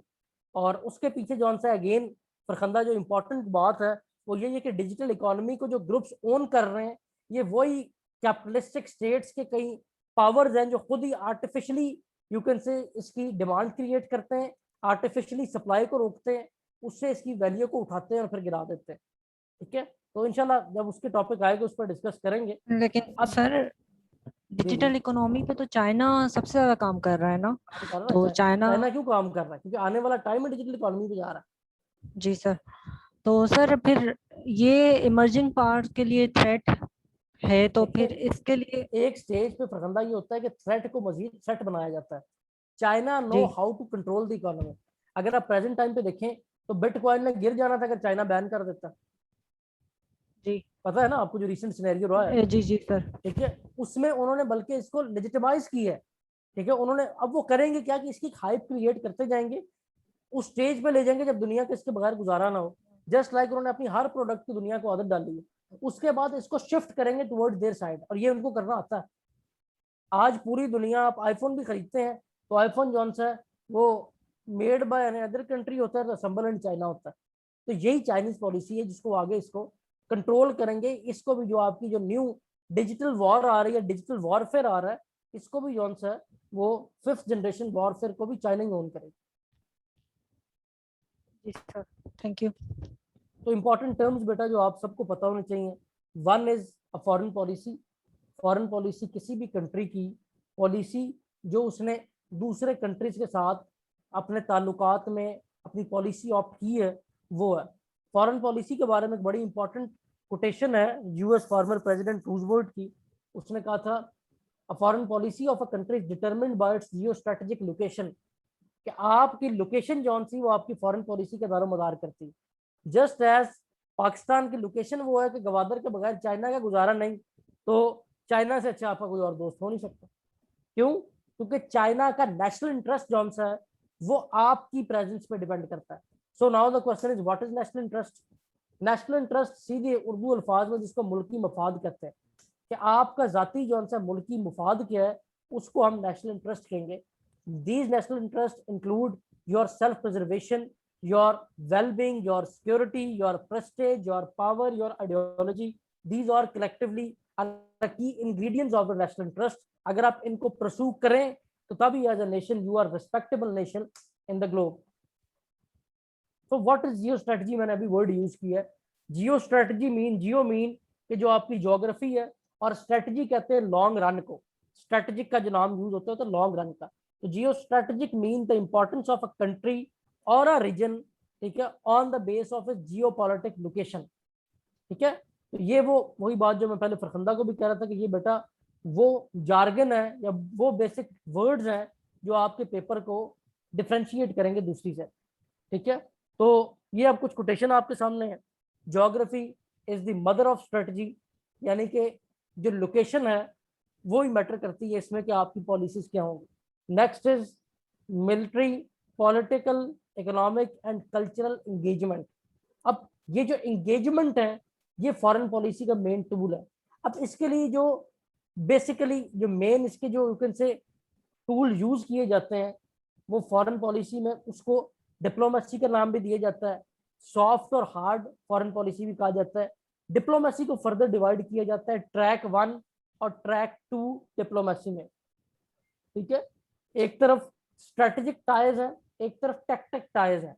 जो फरखंदा ने सवाल किया कि चाइना की इन्वॉल्वमेंट और डिजिटल करेंसी में, वो इस टाइम टैक्टिक टाइज को यूज कर रहा है। Tactical ties. जी सर। फरखंदा पहुंच गई। फरखंदा का खुद भी बैकग्राउंड पॉलिटिकल साइंस का है, इसलिए वो जल्दी समझ रही है। और इंशाल्लाह आप सर सब लोग भी सर एक चीज, सर मैं बैकग्राउंड नहीं कहना चाहती थी, एक्चुअली मेरा सब्जेक्ट पॉलिटिकल साइंस है तो वो मैंने अच्छे से पढ़ा है। वही जी सब्जेक्ट की बात। सब्जेक्ट मींस कि आपका बैकग्राउंड कि आपने उसको जी पढ़ा हुआ है, और वो कोई भी सब्जेक्ट हो सकता है। इंशाल्लाह अजीज when you will you can say cover your first month of this session, आप भी फरखंदा की तरह पार्टिसिपेट करेंगे और हर चीजें इसी तरह आपके फिंगर टिप्स में होंगी इंशाल्लाह। Now come towards what is Jio politics and Jio strategy. Jio politics और जियो स्ट्रेटजी अगर आप ये देखें पूरी दुनिया में, अगर आप इस टाइम प्रेजेंट एग्जांपल लें नॉर्थ कोरिया की, तो जस्ट बिकॉज नॉर्थ कोरिया के पास इस तरह का एक मिसाइल था जिसको लॉन्ग डिस्टेंस मिसाइल कहा जाता है, जो 3000 किलोमीटर पे जाके यूएस को नुकसान पहुंचा सकता था, तो instead of threatening, instead of you can से just imposing useless sanctions, US उसका कुछ भी नहीं कर सका, जस्ट बिकॉज कि स्ट्रेटेजिकली उन्होंने यूएस को टारगेट कर लिया था। And US new very well कि मुंह से बातें करना और है, जब कोई एक्शन लेंगे तो North Korea will retaliate. And this retaliation is you can say unbearable to any country. ठीक है, तो ये प्रेजेंट आपके पास जो सा इसकी एग्जांपल है। सो क्या चीजें कौन सी हैं जो आपकी जियो स्ट्रेटेजिक या जियो पॉलिटिकल इंपॉर्टेंस बढ़ाती हैं? क्या कहेंगे बच्चे इस बारे में? वाटर। Good, water. वाटर के साथ इसको मेन बढ़ा दें तो hot water access. Yes sir, hot water. ठीक है, अगली टर्मिनोलॉजी हॉट वाटर एक्सेस किसे कहते हैं, ये बताएं फरहान। सर गर्म पानी, ये जो जिसके लिए रशिया अप्रोच करना चाह रहा है। और हॉट वाटर एक्सेस मीन कि देखें, रशिया के अपर साइड पे समुद्र तो खुद भी मौजूद है, रशिया को अफगानिस्तान आने की क्या जरूरत थी? ये जरा इधर को आए। अस्सलाम वालेकुम सर। जी वालेकुम सलाम भैया। सर रशिया अफगानिस्तान में इसलिए आना चाहता है कि उसको ना एक किस्म का रास्ता मिल जाएगा दूसरे ममालिक तक ट्रेड करने के लिए, मतलब तजारत करने के लिए, इसलिए वो अफगानिस्तान में आना चाहता है। Good good good. और हॉट वाटर में खास करके जो गवादर के साथ ये वाला एरिया है ना, जिसको आप ये गल्फ कंट्रीज का माउथ ऑफ गल्फ कंट्रीज कहते हैं, ये वो है जो ग्लोबल ट्रेड का हब है। सारी ट्रेड जौन सी वो आपकी इंडियन ओशन और इधर से ही जो आपकी नॉर्थ अटलांटिक ओशन है वो इधर से इसी प्रोसू में जाती है। ठीक है, तो दैट इज वाई अमेरिका को भी ये थ्रेट थी कि अगर आपने अफगानिस्तान में रशिया को ना रोका तो नेक्स्ट जो है पाकिस्तान काबू करना, और पाकिस्तान के बाद उनकी हॉट वाटर एक्सेस कंफर्म है। ठीक है, उसके बरक्स पाकिस्तान को भी ये पता था कि अगर अफगानिस्तान पे रशियन होल्ड हो गया तो पाकिस्तान को रशिया ने कभी भी नहीं छोड़ना। That's why you have no any other option instead of joining the capitalistic bloc. Yes sir, on the basis of national interest. Yes sir. On the basis of your own national interest, जिसको तब आपने join किया और उसके बाद अपने national interest भूल गए कि नेशनल इंटरेस्ट में कोई चीज होती है। इवन कि आप अपनी सॉवरेनिटी को चैलेंज करके you have given your own land to use against your neighbour countries. Yes sir. ठीक है, तो इसे जनाब कहते हैं आपका national interest and geopolitics और जियो स्ट्रेटेजिकल पावर। इसमें कॉन्सेप्ट आता है बैलेंस ऑफ पावर का। So what is balance of power? Sir किसी और पावर को हर एस्पेक्ट से बैलेंस करना ताकि वो हमें कंटेन ना कर सके। For example, very good very good.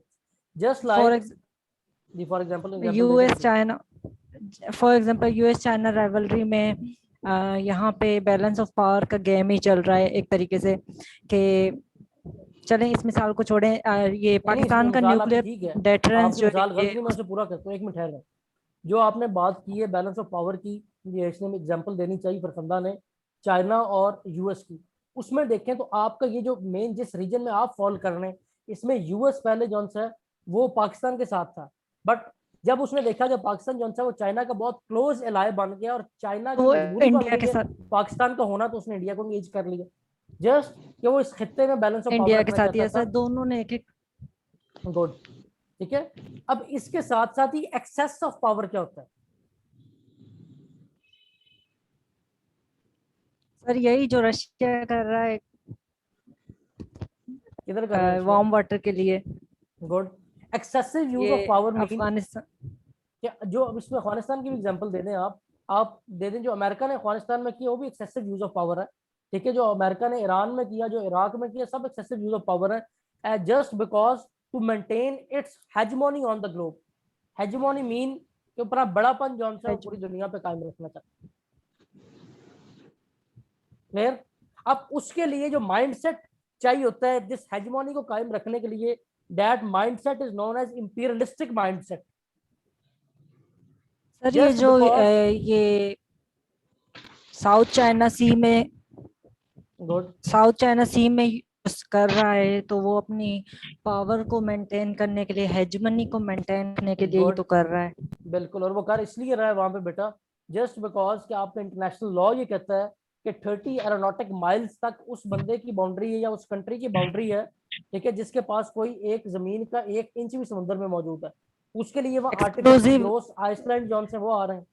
ठीक है, तो उसको एक्सक्लूसिवनेस मिल जाती है कि वहां से किसी भी गुजरना है तो वो उस कंट्री की परमिशन से गुजरना है। ठीक है, तो just universalistic nature of US, that is to maintain its hegemony और imperialistic control on the globe is, you can say, a basic cause of downfall of US in this developed world. Content मुश्किल था पर समझ आया। जी Sumaiya. Sir एक question है जी sir, ये पूछना चाहते हैं कि जैसे जो डोनाल्ड ट्रम्प थे उन्होंने उन पे ईरान पे सैंक्शंस लगाई थी न्यूक्लियर पावर के ऊपर, तो अब तो वो जो बाइडेन आ गए हैं तो इन्होंने तो सैंक्शंस मतलब खत्म कर दिए, एग्रीमेंट करना चाहते हैं उनके साथ, आगे इम्प्रूवमेंट करना चाहते हैं, लेकिन ईरान के जो है मतलब ईरान के प्रेसिडेंट में क्या वो नहीं करना चाहते? देखें, द थिंग इज, एक टाइम में ईरान के प्रेसिडेंट तब भी नहीं चाहते थे। ईरान इटसेल्फ इस टाइम कितना स्ट्रांग हो चुका है आप लोगों के वहम गुमान में भी नहीं है। ये हमारी पाक ईरान रिलेशन की साइड है जो आपसे इधर ओपन की है। ईरान का एक फेज डे बाय डे जो है वो ईरान की पावर को इंक्रीज कर रहा है। इवन कि अभी भी आप अफगानिस्तान का मैप उठा के देखिए, मैं अभी आपसे एक मैप शेयर करता हूँ, बल्कि उसमें जो जो साइड अब्दुल्ला की थी, अब्दुल्ला का पता है ना, रखंदा को तो आइडिया नहीं। होगा। बेसिकली जो अफगानिस्तान की जी। कोलिजन गवर्नमेंट होती है, जिसमें एक ग्रुप वो जो है जो हामिद करज़ई ग्रुप है, ठीक है, और दूसरा ग्रुप वो जो है जो अहले तशी साइड जो है ना, उनकी अपर साइड जो उनकी नॉर्थ साइड है, जो नॉर्थ एंड वेस्ट साइड है जो ईरान के साथ लगती है, वो साइड की जो सी आदत है उस साइड पे ज्यादा उनका होल्ड है। अब वो साइड कंपैरेटिवली सिक्योर्ड है as compare to this side, जिसके अंदर ये आप वाली साइड पे जो उनकी गवर्नमेंट थी, ये वाली साइड, जस्ट बिकॉज आप देखें कि जो ईरानी रेवोल्यूशन आया है उसमें, उसके बाद अभी भी ईरान के जो प्रेजेंट ताल्लुकात हैं वो भी अगर आप देखें तो उसके इतने स्ट्रेंथन है अपने नेबर्स के साथ, तो उसको परवाह नहीं है अमेरिका की। अमेरिका अफगानिस्तान में रह के ईरान के कुछ नहीं बिगाड़ सका, ये नहीं सोचा कभी आपने? क्या ख्याल है? सर एक्चुअली मैंने ना अभी स्टार्ट की है ये जनवरी, स्टार्ट किया, कोई मसला क्योंकि नहीं, मैं कोई मसला नहीं। एयरफोर्स में थी ना, तो वो मैंने जॉब छोड़ी है तो इस तरफ आ गई हूँ। एयरफोर्स में क्या थी आप? सर मैं लेक्चरर थी फिजिक्स में, कोहार्ट में। चले माशाल्लाह। मेरे एक और स्टूडेंट भी वहाँ पे लेक्चरार रहे हैं, वो थे स्टैट्स का लेक्चरार था, फाद नाम था उसका। आप एयरफोर्स छोड़ के यहाँ आई हैं? इंशाल्लाह इंशाल्लाह फरखंदा, यहाँ आई हैं तो इंशाल्लाह उससे बेहतर अचीव करेंगे जरूर इंशाल्लाह। जी। और किसी का कोई क्वेश्चन बच्चों? कैसा रहा आज का लेक्चर आपका? नाउ इट्स योर टाइम, बस आप पूछ खत्म। सकते हैं क्वेश्चन। अब खत्म कर ही दें मेरे ख्याल से। मजा आ रहा है, थोड़ा और कर लेते हैं। नहीं, थोड़ा और तो कर लें, पर जो बाकी है उन्हें बोर हो जाना है। अभी क्वेश्चंस को टाइम देते हैं, क्वेश्चंस के मुताबिक जो आपके होंगे उसके मुताबिक हम लेके चलेंगे। असल में आपको ये ट्रायल लेक्चर है ना, तो इसमें स्टूडेंट्स के क्वेश्चंस भी होते हैं। जस्ट 10 मिनट्स का क्वेश्चंस का टाइम देते हैं, फिर हम नेक्स्ट लेक्चर की तरफ शिफ्ट करते हैं। कोई किसी का क्वेश्चन नहीं जी? सब्जेक्ट सिलेक्शन के बारे में भी अगर आप पूछना चाहें तो बल्कि वो अभी ना ही पूछें, उसकी आप एक नेक्स्ट आपका सेशन रखेंगे जिसमें मैं खुद भी मौजूद होऊंगा और भी एक दो लोगों को लाएंगे उसमें, जो फ्रेश ये एग्जाम क्लियर किया हुआ जिसमें जमान है, ठीक है। तो इंशाल्लाह अजीज हम तब आपकी सब्जेक्ट सिलेक्शन भी खुद करवाएंगे। सर ये जो इंडिया है जो अफगानिस्तान की हेल्प कर रहा है, तो वो उनका मकसद क्या है कि पाकिस्तान के साथ मतलब ताल्लुकात खराब करना चाहते हैं कि नहीं, अफगानिस्तान के? पाक अफगान रिलेशन के टॉपिक को शुरू करें बच्चों। जस्ट 20 मिनट्स में हम वो टॉपिक करते हैं ज़रा एक ब्रीफ ओवरव्यू के लिए, क्योंकि अभी बड़ा ये इंटरेस्टिंग फैक्ट बना हुआ है जो पाक अफगान चल रहा है। जस्ट बिकॉज वो इसलिए आपको जो देखे, friend of friend is a friend, ठीक है, and enemy of enemy friend of your enemy is your friend. ठीक है। अगर आप ये देखें तो आपका अफगानिस्तान आज से एनिमी नहीं है।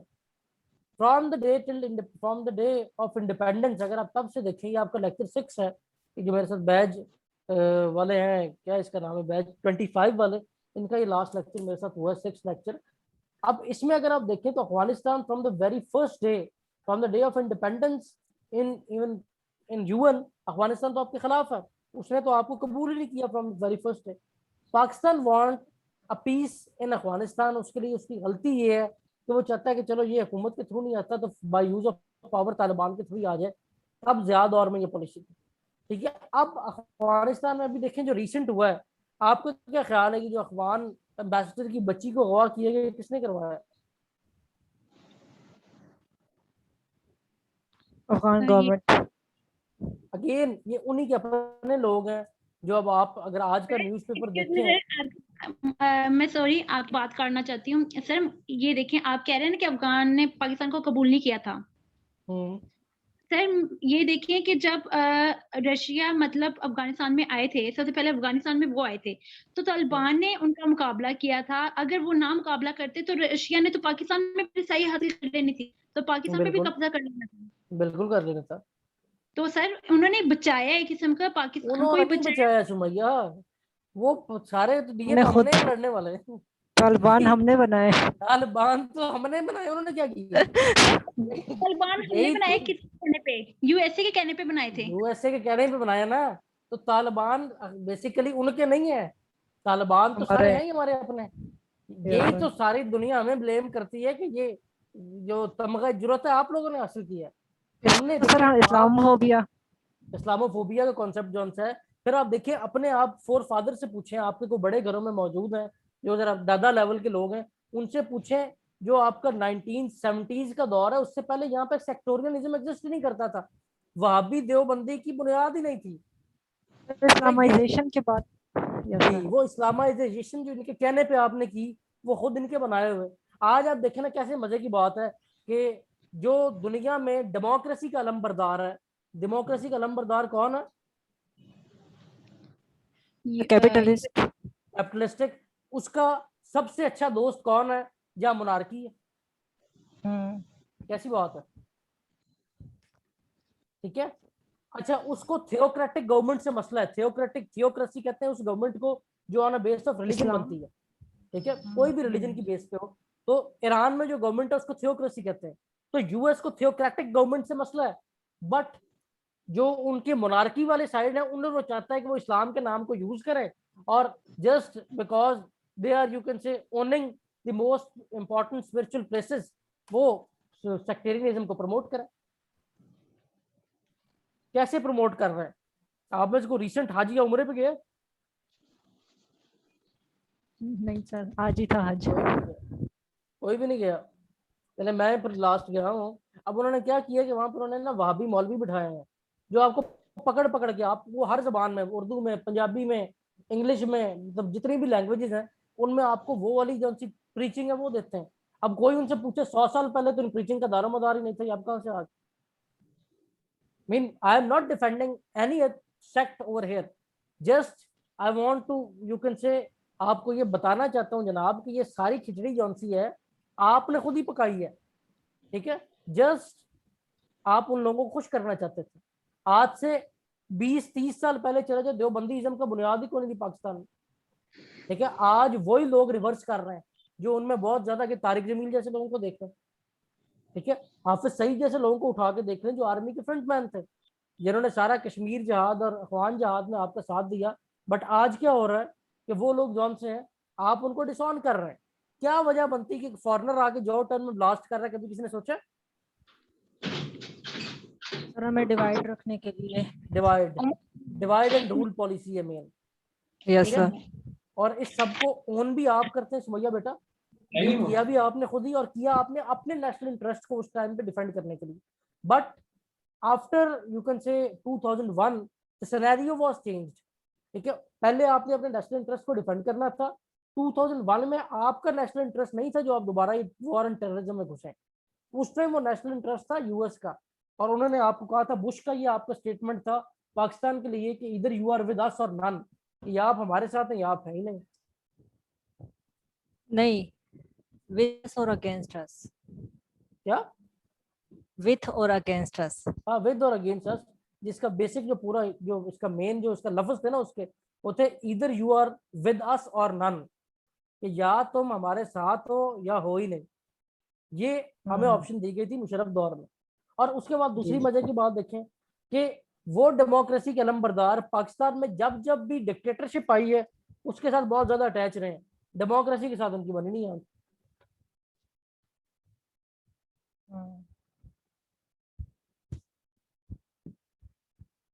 क्या ख्याल है? तो आज के इस यही लेक्चर में मैं आपको यूट्यूब बेसिकली क्वेश्चंस दे रहा हूँ जिनको अगले हमारे लेक्चर्स में डिस्कस करेंगे। और इसी तरह जो मेरे 25 बैच के स्टूडेंट मौजूद हैं उनके लिए ये एक रिवीजन थी जो इन तमाम रिलेशनशिप की और तमाम इन चीज़ों की उनकी इस फेज तक हुई है। नासिर, अता, सैरिश, सना और भी जो बच्चे मौजूद हैं, फहीम को क्वेश्चन तो नहीं? अब कल मैंने अपने बच्चों को टेस्ट दिया, वो टेस्ट अभी तक किसी ने भी नहीं किया, तो मैं आपसे भी शेयर करता हूँ।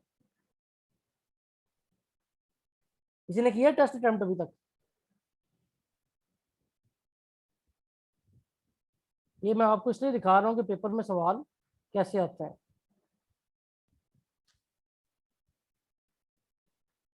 ट्वेंटी 25 बैच के स्टूडेंट्स, मेरे बच्चों टेस्ट आपने अटेम्प्ट किया है या नहीं किया?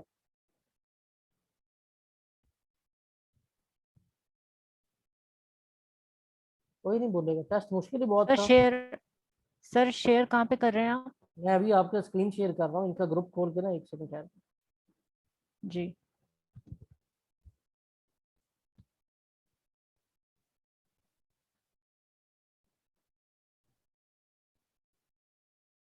मेरे पास व्हाट्सएप वेब की ऑप्शन क्यों नहीं आ रही?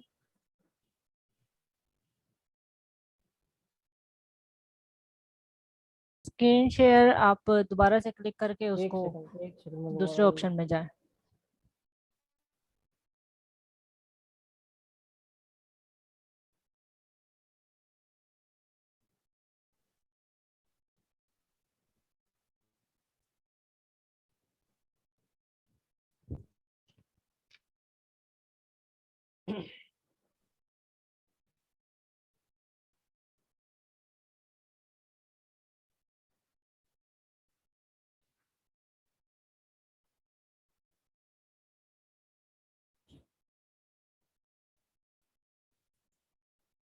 अच्छा जी स्टूडेंट, ये आपके आगे तीन आ गई ना आपके साथ? ये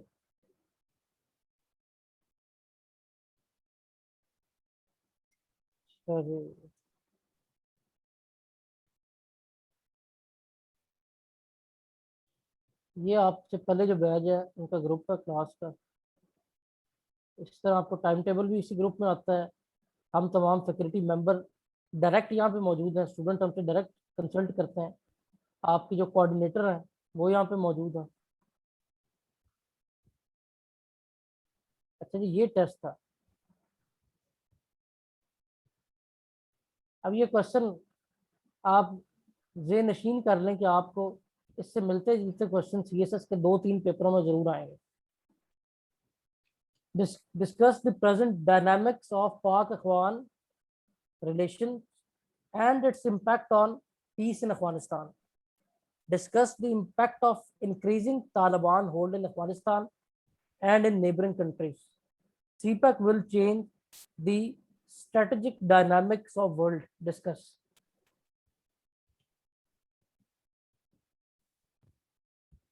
क्या कहेंगी फरखंदा इसके बारे में आप? सर फरखंदा और मनूर, क्या स्टेटमेंट है आपके इनके बारे में? जी सर सबसे पहले क्वेश्चन नंबर 2 मैं डिस्कस करूं कि discuss the impact of increasing Taliban hold in Afghanistan in neighbouring countries.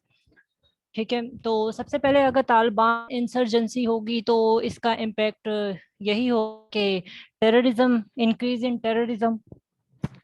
ठीक है, तो रीजनल इंस्टेबिलिटी होने की वजह से मतलब ऑब्वियसली टेररिज्म होगी तो रीजनल इंस्टेबिलिटी होगी। तो इंस्टेबिलिटी होने की वजह से अब इसके इम्पैक्ट्स सोशल डोमेन में अलग होंगे, इकोनॉमिक डोमेन में अलग होंगे, पॉलिटिकल डोमेन में अलग होंगे। अच्छा, अब इस तरीके इसमें से फरखंदा दो और चीजें। एक तो ये कि आप जी बेटा यहाँ पे हेडिंग बना दें social, economic, political, but examiner को इन नाम से पढ़ के उसको मतलब समझ नहीं आएगा। ठीक है, अगर जी आप सर, ये वो हेडिंग बना उसके के लिए सब हेडिंग दें तो फिर सब ठीक है। हेडिंग्स। सब हेडिंग्स जी बिल्कुल। सर, अगर सब सब हेडिंग हेडिंग मैं ना दें, हमेशा सब हेडिंग्स। बिल्कुल सब हेडिंग देती फिर बिल्कुल ठीक है। अब सब हेडिंग जस्ट just if sir, we are talking about economic domains, तो आप इसमें यस बताएंगे सर, कि ओबी, ओआर और सीपैक इस एरिया के 2 मेन प्रोजेक्ट है। उन 2 मेन प्रोजेक्ट्स के जी सर। ऊपर क्या इसका इम्पैक्ट जा रहा है। सोशल की बात करें सर तो सोशल डेवलपमेंट जो सी ओवरऑल जो ग्लोबल में चल रही है इस टाइम, उसमें स्पेसिफिकली जो पाकिस्तान की जो बैकवर्डनेस थी और जिस तरह आपने ये पख्तून को जो डेवलप किया है या एजेंसीज को डेवलप किया है, इसमें इसका क्या इम्पैक्ट आएगा, क्या पॉजिटिव आएगा, सर क्या नेगेटिव आएगा? पख्तूनिस्तान दोबारा से मूवमेंट जो शुरू है ना वो दोबारा से शुरू हो जाएगी और ये है कि इन रीजन्स में दोबारा से इम्पैक्ट्स होंगे। अब इसके इम्पैक्ट सर नेशनल और इंटरनेशनल और रीजनल इसके इम्पैक्ट इनमें भी डिवाइड कर सकते हैं, इनमें मतलब भी डिवाइड कर apart- सकते हैं। जी गुड। सर। तो तो अब जो मेरा अब आज के जो नेशनल सेकंड लेक्चर था आपके साथ भी, ठीक है, वो आपका तो 40 ट्रायल वालों का, मेरी जो क्लास है उनके साथ भी मेरा जो लेक्चर था वो यही था कि आपने पेपर प्रेजेंटेशन को बेहतर कैसे करना है। ठीक है, उसमें अपनी जो बातें, फरखंदा अच्छा है बाई चांस मौजूद है, फरखंदा भी आपको डिस्कस करनी है आगे, मैं भी आपको उसकी हेडिंग बताऊंगा क्या होनी। फरखंदा इसकी एक आउटलाइन बताएं, आप कैसे बनाएंगे क्वेश्चन। आउटलाइन सर, मैं पेन उठा लूं? 1 मिनट, मैं असल उठाएं में पेन, पेन के बगैर काम नहीं कोई करती। मसला नहीं, पेन उठाएं, आप सब इसकी आउटलाइन बनाएं, फिर मैं आपको बताऊंगा उनमें से क्या गलत है और क्या ठीक है। You just have 5 minutes for this exercise. सारे स्टूडेंट्स आउटलाइन बनाएं। आउटलाइन मींस इंट्रोडक्शन लिखें, सिर्फ हेडिंग उनका नाम दें, उसके बारे में कोई एक लाइन सोच लें, बाकी जो उनसे सारी जो सी आप हेडिंग्स लिख लें। उन हेडिंग्स को आगे हम बताएंगे कि किस तरह एक अच्छी हेडिंग जो सी है वो उस क्वेश्चन के लिए जिसमें कोई 14 मार्क्स एग्जामिनर आपको दे होनी चाहिए।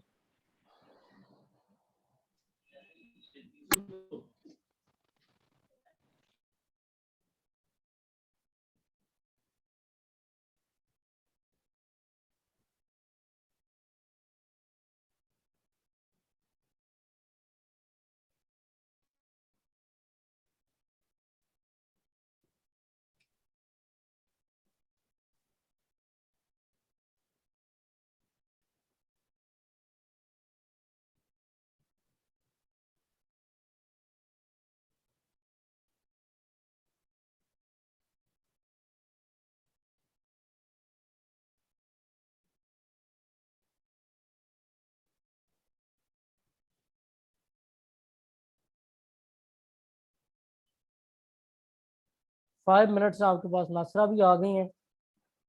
नासरा, क्लासेस में टाइम पे आया करें और सिर्फ रिकॉर्डिंग पे रिलाय ना किया करें। अच्छा, रिकॉर्डिंग का आपको मसला आ रहा था कि पहले आपकी सना सना को आपकी क्लास का सीआर बनाया हुआ था, अब जो ये वाला नेक काम है ये सैरिस की सपोर्ट कर दी है, और आइंदा से हम ऐसे ही करेंगे, आपकी क्लास में से 2 लोगों को हम एक्सेस दे देंगे ये जो जूम रिकॉर्डिंग को एक्सेस करने की, ताकि कोई एक आधा बिजी भी है तो दूसरा जो है उसे अंजाम दे सके। लेकिन this is a extra feature for student कि कई जगह आपको बैकवर्ड एरियाज से इंटरनेट का इशू होता है, तो वो लोग इसको ज़रा अच्छी तरह कर सकते हैं। आसरा कुछ भी नहीं आता तो थोड़ी सी ज़रा ट्राई करें ना, ज़रा एक आउटलाइन बनाए इसकी, लिखेंगे तो आएगा बेटा।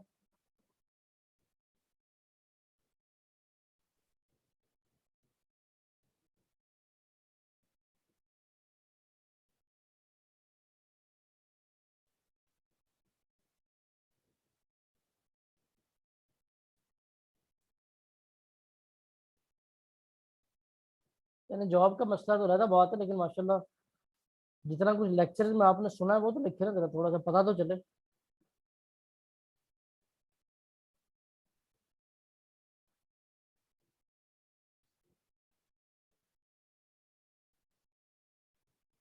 तो मैया बेटा क्वेश्चन नंबर 1 की बना लें, अगर वो नहीं बन रही तो बाकी दोनों में से किसी की बना लें।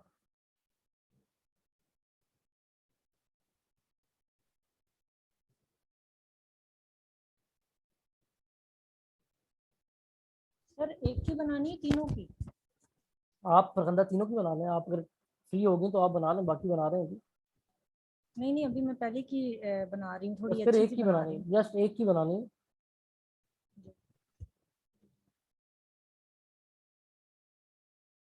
आउटलाइन मुझे आप व्हाट्सएप करें तस्वीर उतार के, बल्कि सर बिल्कुल रफ बनाइए। जो क्लास वाले हैं आप ग्रुप में सेंड करें, वो मेरे पास वहाँ से ही आ जाएगी, और जो दूसरे हैं वो मुझे डायरेक्ट व्हाट्सएप कर दें। सर मैं बता दूंगी यहीं पे, सही है? ओके ओके, हम बोल के बता दें, जो बोल के बता सकते हैं बोल के बता दें।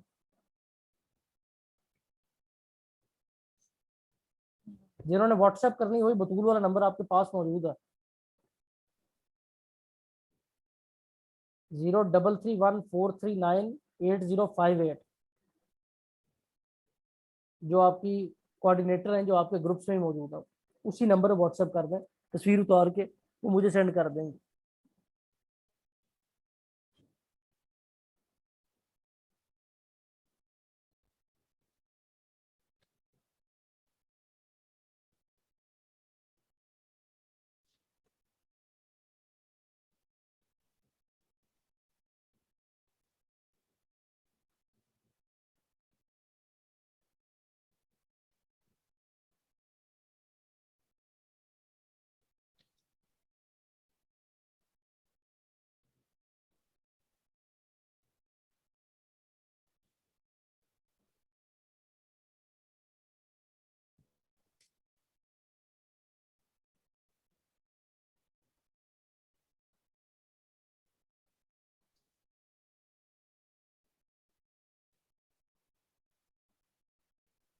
सर जी जी बता दूं सर?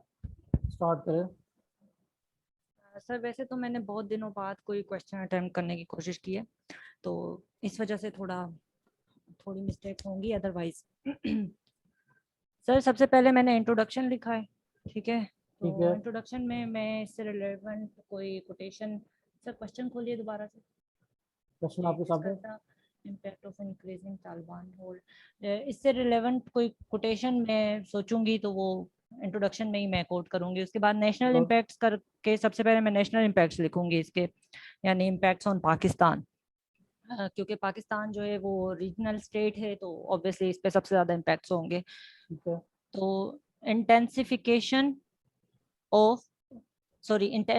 इन पख्तूनिस्तान मूवमेंट, फर्स्ट हेडिंग मेरी ये Good. होगी।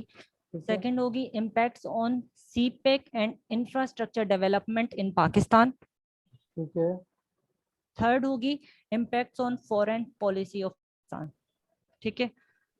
और फिर Good. उसके बाद जो थर्ड मेरी मेजर हेडिंग है वो है इंटरनेशनल इम्पैक्ट्स, ठीक है? ठीक है। उसमें है मेरा increasing the elements of terrorism and Islamophobia, Good. और चेंजिंग जियोपॉलिटिकल डायनामिक्स। और फिर उसके ठीक है। बाद रीजनल इम्पैक्ट्स मेरे होंगे रीजनल पावर डिवाइड और ideological warfare and increase in regionalism. फिर उसके बाद नेक्स्ट ठीक है। हेडिंग फिफ्थ होगी मेरी एनालिसिस की, जिसमें मैं ये लिखूंगी कि क्या है ये कि तालिबान का होल्ड अगर इंक्रीज हो जाए तो इसके इम्पैक्ट क्या होंगे। तो उसमें मैं यही लिखूंगी कि ये जो रीजनल पावर्स हैं, और स्पेसिफिकली जो अब अफगानिस्तान में जो पीस प्रोसेस चल रहा है, अगर उसको हम जो रीजनल पावर्स हैं जो मेजर प्लेयर हो सकती हैं नेगोशिएट करने में और ये कोलिजन गवर्नमेंट बनाने में, जो अफगान और तालिबान की, ठीक है? तो उनको अपना रोल प्ले करना चाहिए, ताकि जो तालिबान का इंक्रीजिंग होल्ड है उसमें जो है वो कमी आए, और उसके इम्पैक्ट्स, ताकि जो ऑब्वियसली इसके इम्पैक्ट्स नेगेटिव ही होंगे वर्ल्ड पे, तो उसके इम्पैक्ट वर्ल्ड को ना सफर करना पड़े उन अच्छा, लार्ज ये स्केल। फिर सारी उसके बड़े बाद सुन में ली। ठीक जी है। अब मुझे ये बताएं, आपने क्वेश्चन नंबर 1 conclusion। की आउटलाइन बनाई है ना? नहीं, सेकंड की। सेकंड की? फिर ठीक है। जी ठीक है, वो सेकंड की ठीक है। अगर 1 के पर्सपेक्टिव में बात करें तो उसमें आप देखें नहीं, मैंने सेकंड। बस फिर ठीक है, फिर ठीक है। मैं वही गौर से सुन रहा था कि अभी ये फर्स्ट पे ना ले जाए, सेकंड की बनाइए, फिर ठीक ठीक है, तो बाकी फर्स्ट एंड थर्ड भी मैं अटेम्प्ट कर सकती हूँ अभी, लेकिन मेरे ख्याल से एक काफी है। एक काफी नहीं, ठीक है। मतलब थोड़ी इसको थोड़ी पॉलिश की जरूरत है। पॉलिश की क्या जरूरत है कि आपने जो बेसिक कुछ जगह पे आपने 2 वर्ड्स बनाए हैं, उन 2 वर्ड्स को अगर आप प्रॉपर एक स्टेटमेंट बना दें हेडिंग की, जस्ट लाइक 3 to 4 वर्ड्स में आप ले जाएं उसे, तो उस पूरी लाइन को उसे मतलब समझ आ जाएगा अगर ये लिखने लगे। नंबर 1। नंबर 2, मजीद आप इसमें ये करेंगे, जिस तरह आपने खुद बताया कि एक कोटेशन आप इंट्रोडक्शन में दे रहे हैं, तो एटलीस्ट 2 क्वेश्चन 2 कोटेशन इन 1 क्वेश्चन लाजमन हो, फैक्ट्स एंड फिगर हो, मैप हो। तो सर आपका ये क्वेश्चन मैं इस लेवल पे होगा फरखंडा कि आप 14 नंबर ले जाएंगे। इंट्रोडक्शन में मैं एक कोटेशन लिखती हूँ, और हर हेडिंग में मेरा एक रेफरेंस, यानी कि रेफरेंस से मुराद के कहीं पे कोई फैक्ट देती हूँ, तो कहीं पे कोई कोटेशन देती हूँ, तो कहीं पे कोई वेरी गुड, स्टैटिस्टिकल डेटा देती वेरी हूँ, गुड, और वेरी इसके गुड, साथ साथ अगर चार्ट की जरूरत होती है तो मैं वो चार्ट देती हूँ। Very good. तो यही दैट इज चीजें माई जो जो डिफरेंशिएट करती हैं। जी सर। ठीक है, अब और किसी ने को अपनी आउटलाइन जी ग्रुप सर में व्हाट शेयर की वाज है? About my analysis? एनालिसिस की तरह दोबारा हेडिंग बोलें। हेडिंग नहीं, मैं एनालिसिस ही हेडिंग देती हूँ, ताकि एग्जामिनर को क्लियरली पता चल जाए कि दैट इज माय एनालिसिस, और वो उसको पढ़े। सिर्फ एक एनालिसिस का वर्ड लिख देती हूँ? नहीं, अगर फिर क्रिटिकल एनालिसिस करनी होती है तो क्रिटिकल एनालिसिस, और फिर उसके बाद जो उसका क्रक्स होता है ना, उसको कॉलम देके वो क्रक्स लिख देती हूँ। देखिए, एनालिसिस आपने बेटा जब भी करना है, एनालिसिस में आपने उसके मुताबिक जैसे वर्ड यूज करना है। जैसे यहाँ पे ठीक अगर है। मैं एनालिसिस लिखूंगी तो कॉलम लिख के मैं लिखूंगी कि यहाँ पे मेरी हेडिंग होगी कि दूसरी पार्ट्स जो है वो रोल ऑफ अदर पार्ट्स, या फिर role of other regional and international parts need to play role. इस तरीके से सर हेडिंग दूंगी अगली। मतलब इसी के आगे कॉलन लगा के। वो ठीक है, कॉलन लगा के वो भी तरीका ठीक है, बट जब आपने एनालिसिस देना है, एनालिसिस में कोई ना कोई एक वर्ड, जस्ट लाइक कुछ की वर्ड्स है, मैं आपके सामने बोल रहा हूँ, आपको खुद आइडिया हो जाएगा। हेजमोनी, इम्पेडिमेंट्स, ठीक है, ये वो वर्ड्स हैं जो हमने एसे की आउटलाइन में यूज करने होते हैं। उनमें से कोई एक वर्ड जो मतलब बता दे कि बढ़ रहा है या कम हो रहा है, ठीक है। डेलिमा, जिनको आप कंक्लूडिंग स्टेटमेंट के वर्ड्स कहते हैं, शायद मेरी बात अब फरखंदा को बेहतर समझ आ जाए। कंक्लूडिंग स्टेटमेंट्स वाले जो वर्ड्स हैं वो आप यूज कर लें। सर इसके लिए मतलब जो इस तरह के क्वेश्चंस होते हैं ना, इनमें मैं रिकमेंडेशन जरूर देती हूँ ताकि मसले के साथ साथ उसके हल। जब आपको उसने डिस्कस कह दिया ना, वो डिस्कस पूरा ही तब होना जब आप रिकमेंडेशन देंगे। अगर रिकमेंडेशन आप नहीं दे रहे तो आपने काम पूरा नहीं किया, ठीक है। लेकिन डिस्कस का मतलब है जिस क्वेश्चन में डिस्कस है फरखंदा, उसके 3 स्टेप है। एक जो फरखंदा ने स्टेप पूरा किया, डिस्कस मीन जो सिनेरियो प्रेजेंट वो बता दिया। दूसरा स्टेप वो है जिसमें उसने इम्पैक्ट्स के बारे में आपको कह दिया है, या आपको एनालिसिस मांग रहा है या नहीं भी मांग रहा तो एनालिसिस और recommendation in a beautiful way आपने जरूर देनी। यानी रिकमेंडेशन नहीं, ये नहीं लिखना recommendation for peace and way, ठीक है। आप उधर हेडिंग ये दे policy options, policy option, way forward, इस तरह का नाम यूज करेंगे। जी सर मैं ऐसे ही देती हूँ, ठीक है। अब नेक्स्ट आउटलाइन की तरफ आ जाएं जो सैरिश ने सेंड की है जी मुझे, आप लोग ग्रुप में भी आई है वो। तालिबान इंट्रोडक्शन, उसके बाद देखिए Taliban hold and its effect on Iran. सैरिश, ये आपका फर्स्ट क्वेश्चन है सेकंड? मेरे ख्याल से नेबर ही आपने वही सेकंड ही किया। अस्सलाम वालेकुम सर, फर्स्ट क्वेश्चन। फर्स्ट वाला, discuss the present dynamics of Pak Afghan relation and its impact on peace in Afghanistan. अब इस क्वेश्चन को देखें आप लोग सब, अगर आप इस क्वेश्चन को देखें बेटा तो इसमें आपको उसने क्या कहा है। पहला पार्ट ये कि present dynamics of Pak Afghan relation, पहले ये बताएंगे। दूसरा पार्ट है impact on peace in Afghanistan. दूसरे पार्ट में आपने बात करनी है अफगानिस्तान, ठीक है, कि पीस स्पेसिफिकली इन अफगानिस्तान। अब आपकी पहली हेडिंग जो सी Taliban hold and in effects and its effect on Iran. अब ईरान का उसने कहीं पूछा ही नहीं यहाँ पर, ठीक है। दूसरी होनी Taliban hold and its impact on India, ये भी उसने नहीं पूछा, ठीक है। अगर आप इस डायनामिक्स में बात कर रहे हैं, अगर दूसरे पे आप आए, ये जो सेकंड वाली स्टेटमेंट है discuss the impact of increasing Taliban hold in Afghanistan neighbouring country, उसमें ये हेडिंग ठीक है, लेकिन इसको एलेबोरेट करें। मतलब क्वेश्चन 1 नहीं, क्वेश्चन 2 ही है जिसको आप यहाँ पर लिख रहे हैं। इम्पैक्ट ऑन ताजिकिस्तान, ताजिकिस्तान की जगह आप इसको लिखें कंप्लीट सेंट्रल एशिया पे, ठीक है। उसके बाद प्रेजेंट कंडीशन इन अफगानिस्तान। अब ये हेडिंग यहाँ पे नहीं बनती, ये हेडिंग स्टार्ट में आती है, आपने यहाँ नीचे दी हुई, ठीक है। सर इनका पेपर, इनका पेपर क्या यहाँ पे खोलें? इनका पेपर जी यहाँ पे खोलते हैं।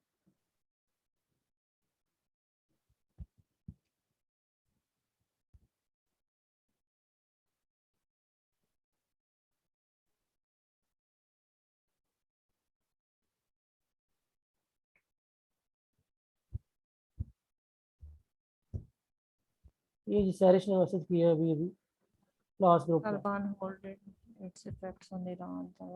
अब देखिए क्वेश्चन का जो फर्स्ट पार्ट है वो ये तो नहीं था। फर्स्ट पार्ट में तो आप पाक ईरान के जो उसमें यानी कि प्रेजेंट कंडीशन ऑफ अफगानिस्तान पहले जाना चाहिए, पाक अफगान रिलेशन पहले जाना चाहिए, ठीक है। तो आज इसलिए 50-50 लिखना है ना सर, क्योंकि दो पार्ट्स हैं और दोनों की इक्वल वेटेज, दोनों की इक्वल वेटेज है। और फर्स्ट जो एग्जामिनर वांट्स फ्रॉम यू वो क्या है कि आप डिस्कस करें पाक अफगान की कॉन्टेक्स्ट में, उसके बाद आप आगे आए, ठीक है जी। आगे आ जाता है hold of Taliban and its impact on Pakistan, ठीक है। अब इसमें आप हिस्टोरिक रिव्यू भी दे सकते हैं और प्रेजेंट डायलेमा को भी डिस्कस कर सकते हैं, क्लियर। उसके बाद आ जाता है वो तो पाकिस्तान। फर्दर सब पॉइंट्स होंगे ना? हाँ होंगे, लेकिन मतलब ये वाले पॉइंट्स ऊपर जाएंगे, ठीक है। ये जो आपने Taliban and effect on Iran India, ये क्वेश्चन का सेकंड पार्ट है, और उस सेकंड पार्ट में भी आपने सब सर मैंने पॉइंट फर्स्ट और सेकंड ये मैंने मिक्स कर दिए हैं, मुझे समझ आ गया। तो ओवरऑल ये, और जी बाकियों का किसी और ने ग्रुप में सेंड करना है अभी आउटलाइन या नहीं करना है? चले, very good सैरिश, good attempt, at least बनाया तो है। अता, फहीम, नुमान, लुकमान,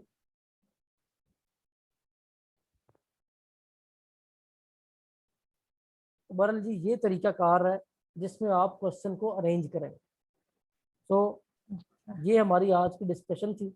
इस डिस्कशन के तहत जो हमारे स्टूडेंट्स हैं, आपने इस क्वेश्चन को दोबारा अटेम्प्ट करना है, ठीक है। अब आउटलाइन आपको दे दी है, फरखंदा वाली आउटलाइन भी आपके पास मौजूद है,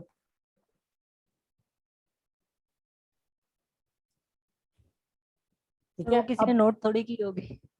फरखंदा आप उसका इमेज भी सेंड करेंगे, आप यहाँ चैट में ठीक है, उसका इमेज सेंड कर दें, सबके पास आ जाएगा। मैं यहाँ पे तो सर वो बिल्कुल रफ सी लिखी हुई है, मैं अच्छे से फेयर करके आपको भेज दूंगी। चलो वो मुझे आप सेंड कर देंगे, बतूल के नंबर पे करेंगी तो ठीक फिर है, मेरे पास आ जाएगी। ठीक है और किसी का कोई क्वेश्चन जी? सर। मैं इन तीनों क्वेश्चंस की आउटलाइन आपको भेज दूंगी ताकि ठीक है, स्टूडेंट्स देख लें। गुड। और जी कोई जी। क्वेश्चन आज के लेक्चर के बारे में?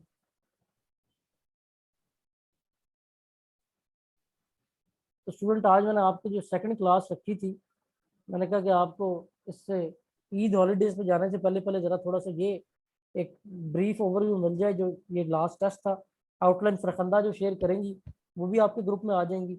आपकी इन ईद हॉलीडेज में असाइनमेंट ये है कि इन तीनों क्वेश्चन को आपने अटेम्प्ट करके मुझे चेक करवाना है, और वो भी इंशाल्लाह 1-on-1 ऐसी चेकिंग होगी उसकी, क्योंकि ये बहुत इंपॉर्टेंट क्वेश्चन है।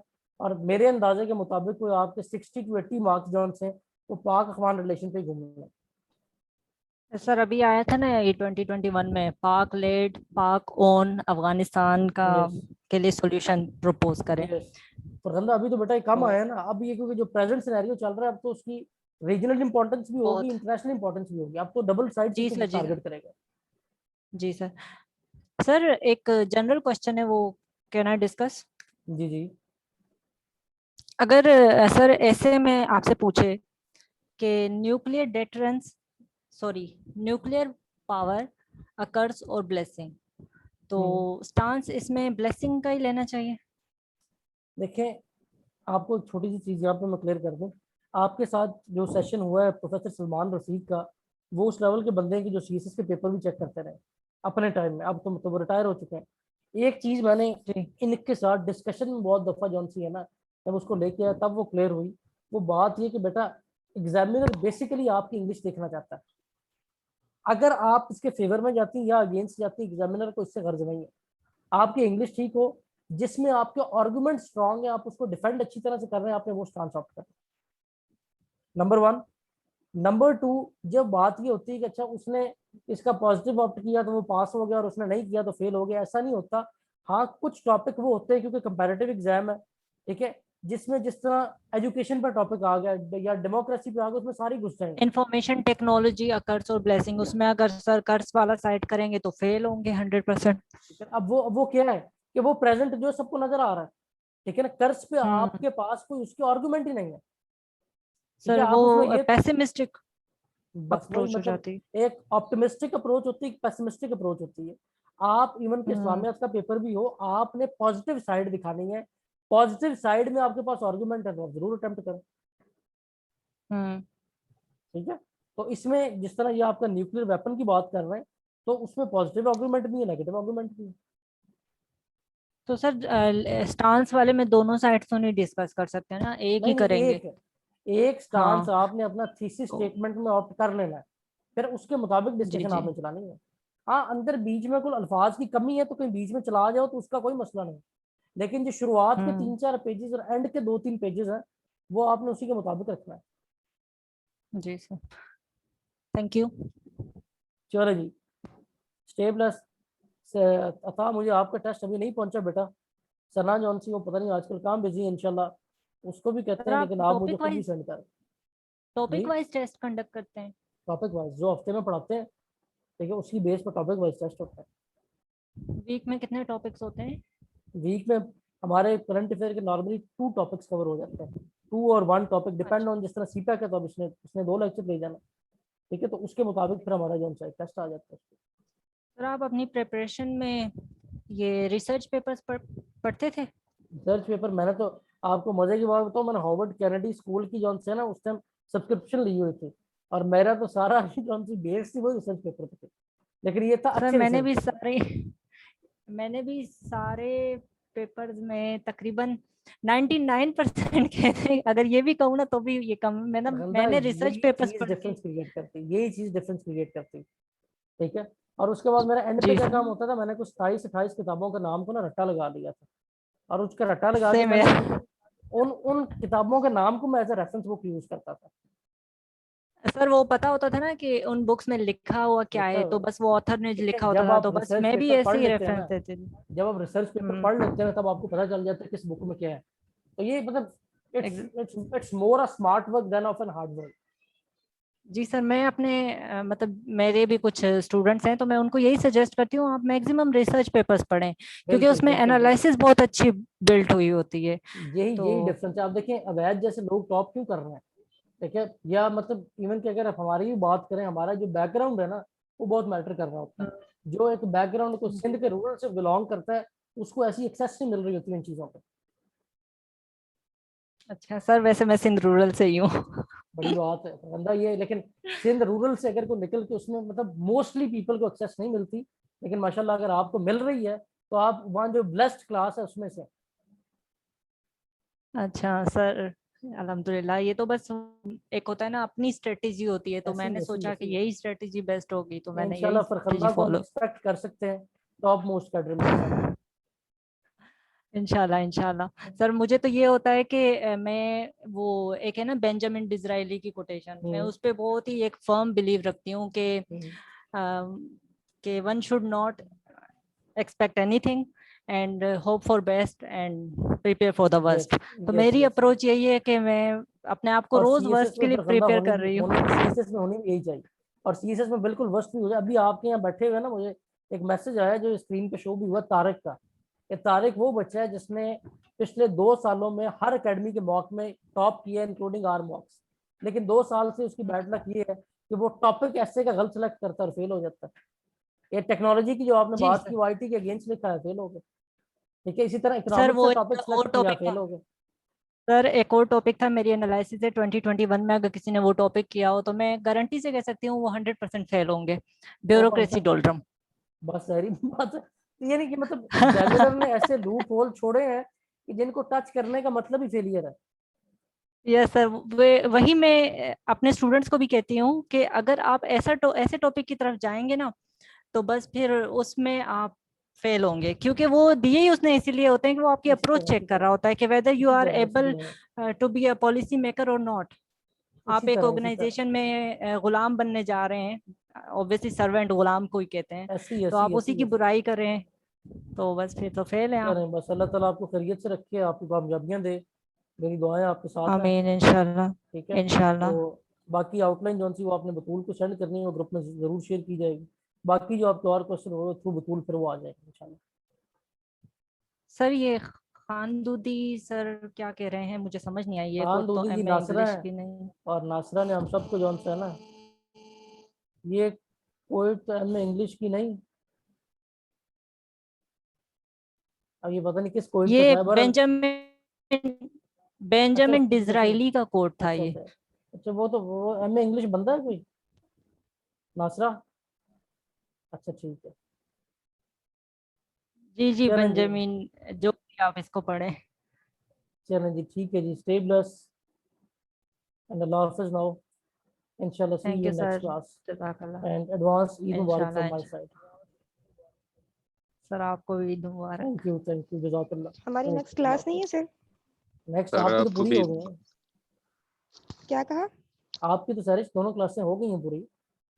आपकी शायद जो नेक्स्ट क्लास थी वो यही पेपर डिस्कशन के बारे में थी, पेपर अटेम्प्टेशन टेक्निक के बारे में, जो अभी आउटलाइन हमने डिस्कस की है। अब इस पे आपने क्वेश्चन अटेम्प्ट करने हैं, तीनों सवाल ये अटेम्प्ट करने हैं, और ये मुझे आपने रिसेंड करने हैं। इसके बाद मैं आपसे सेशन रखूंगा आपके पेपर्स की बेस पे, क्योंकि अभी आपका मेरे पास एक भी पेपर नहीं आया हुआ। ओके। ठीक है, तो सर वो मुझे, कैन आई यूपीएससी गेट की योर क्लास है? Personal number? जी मैं आपको भी इन सारों के पास है, ये यहाँ पे लिख देता हूँ मैं वो भी। जी सर।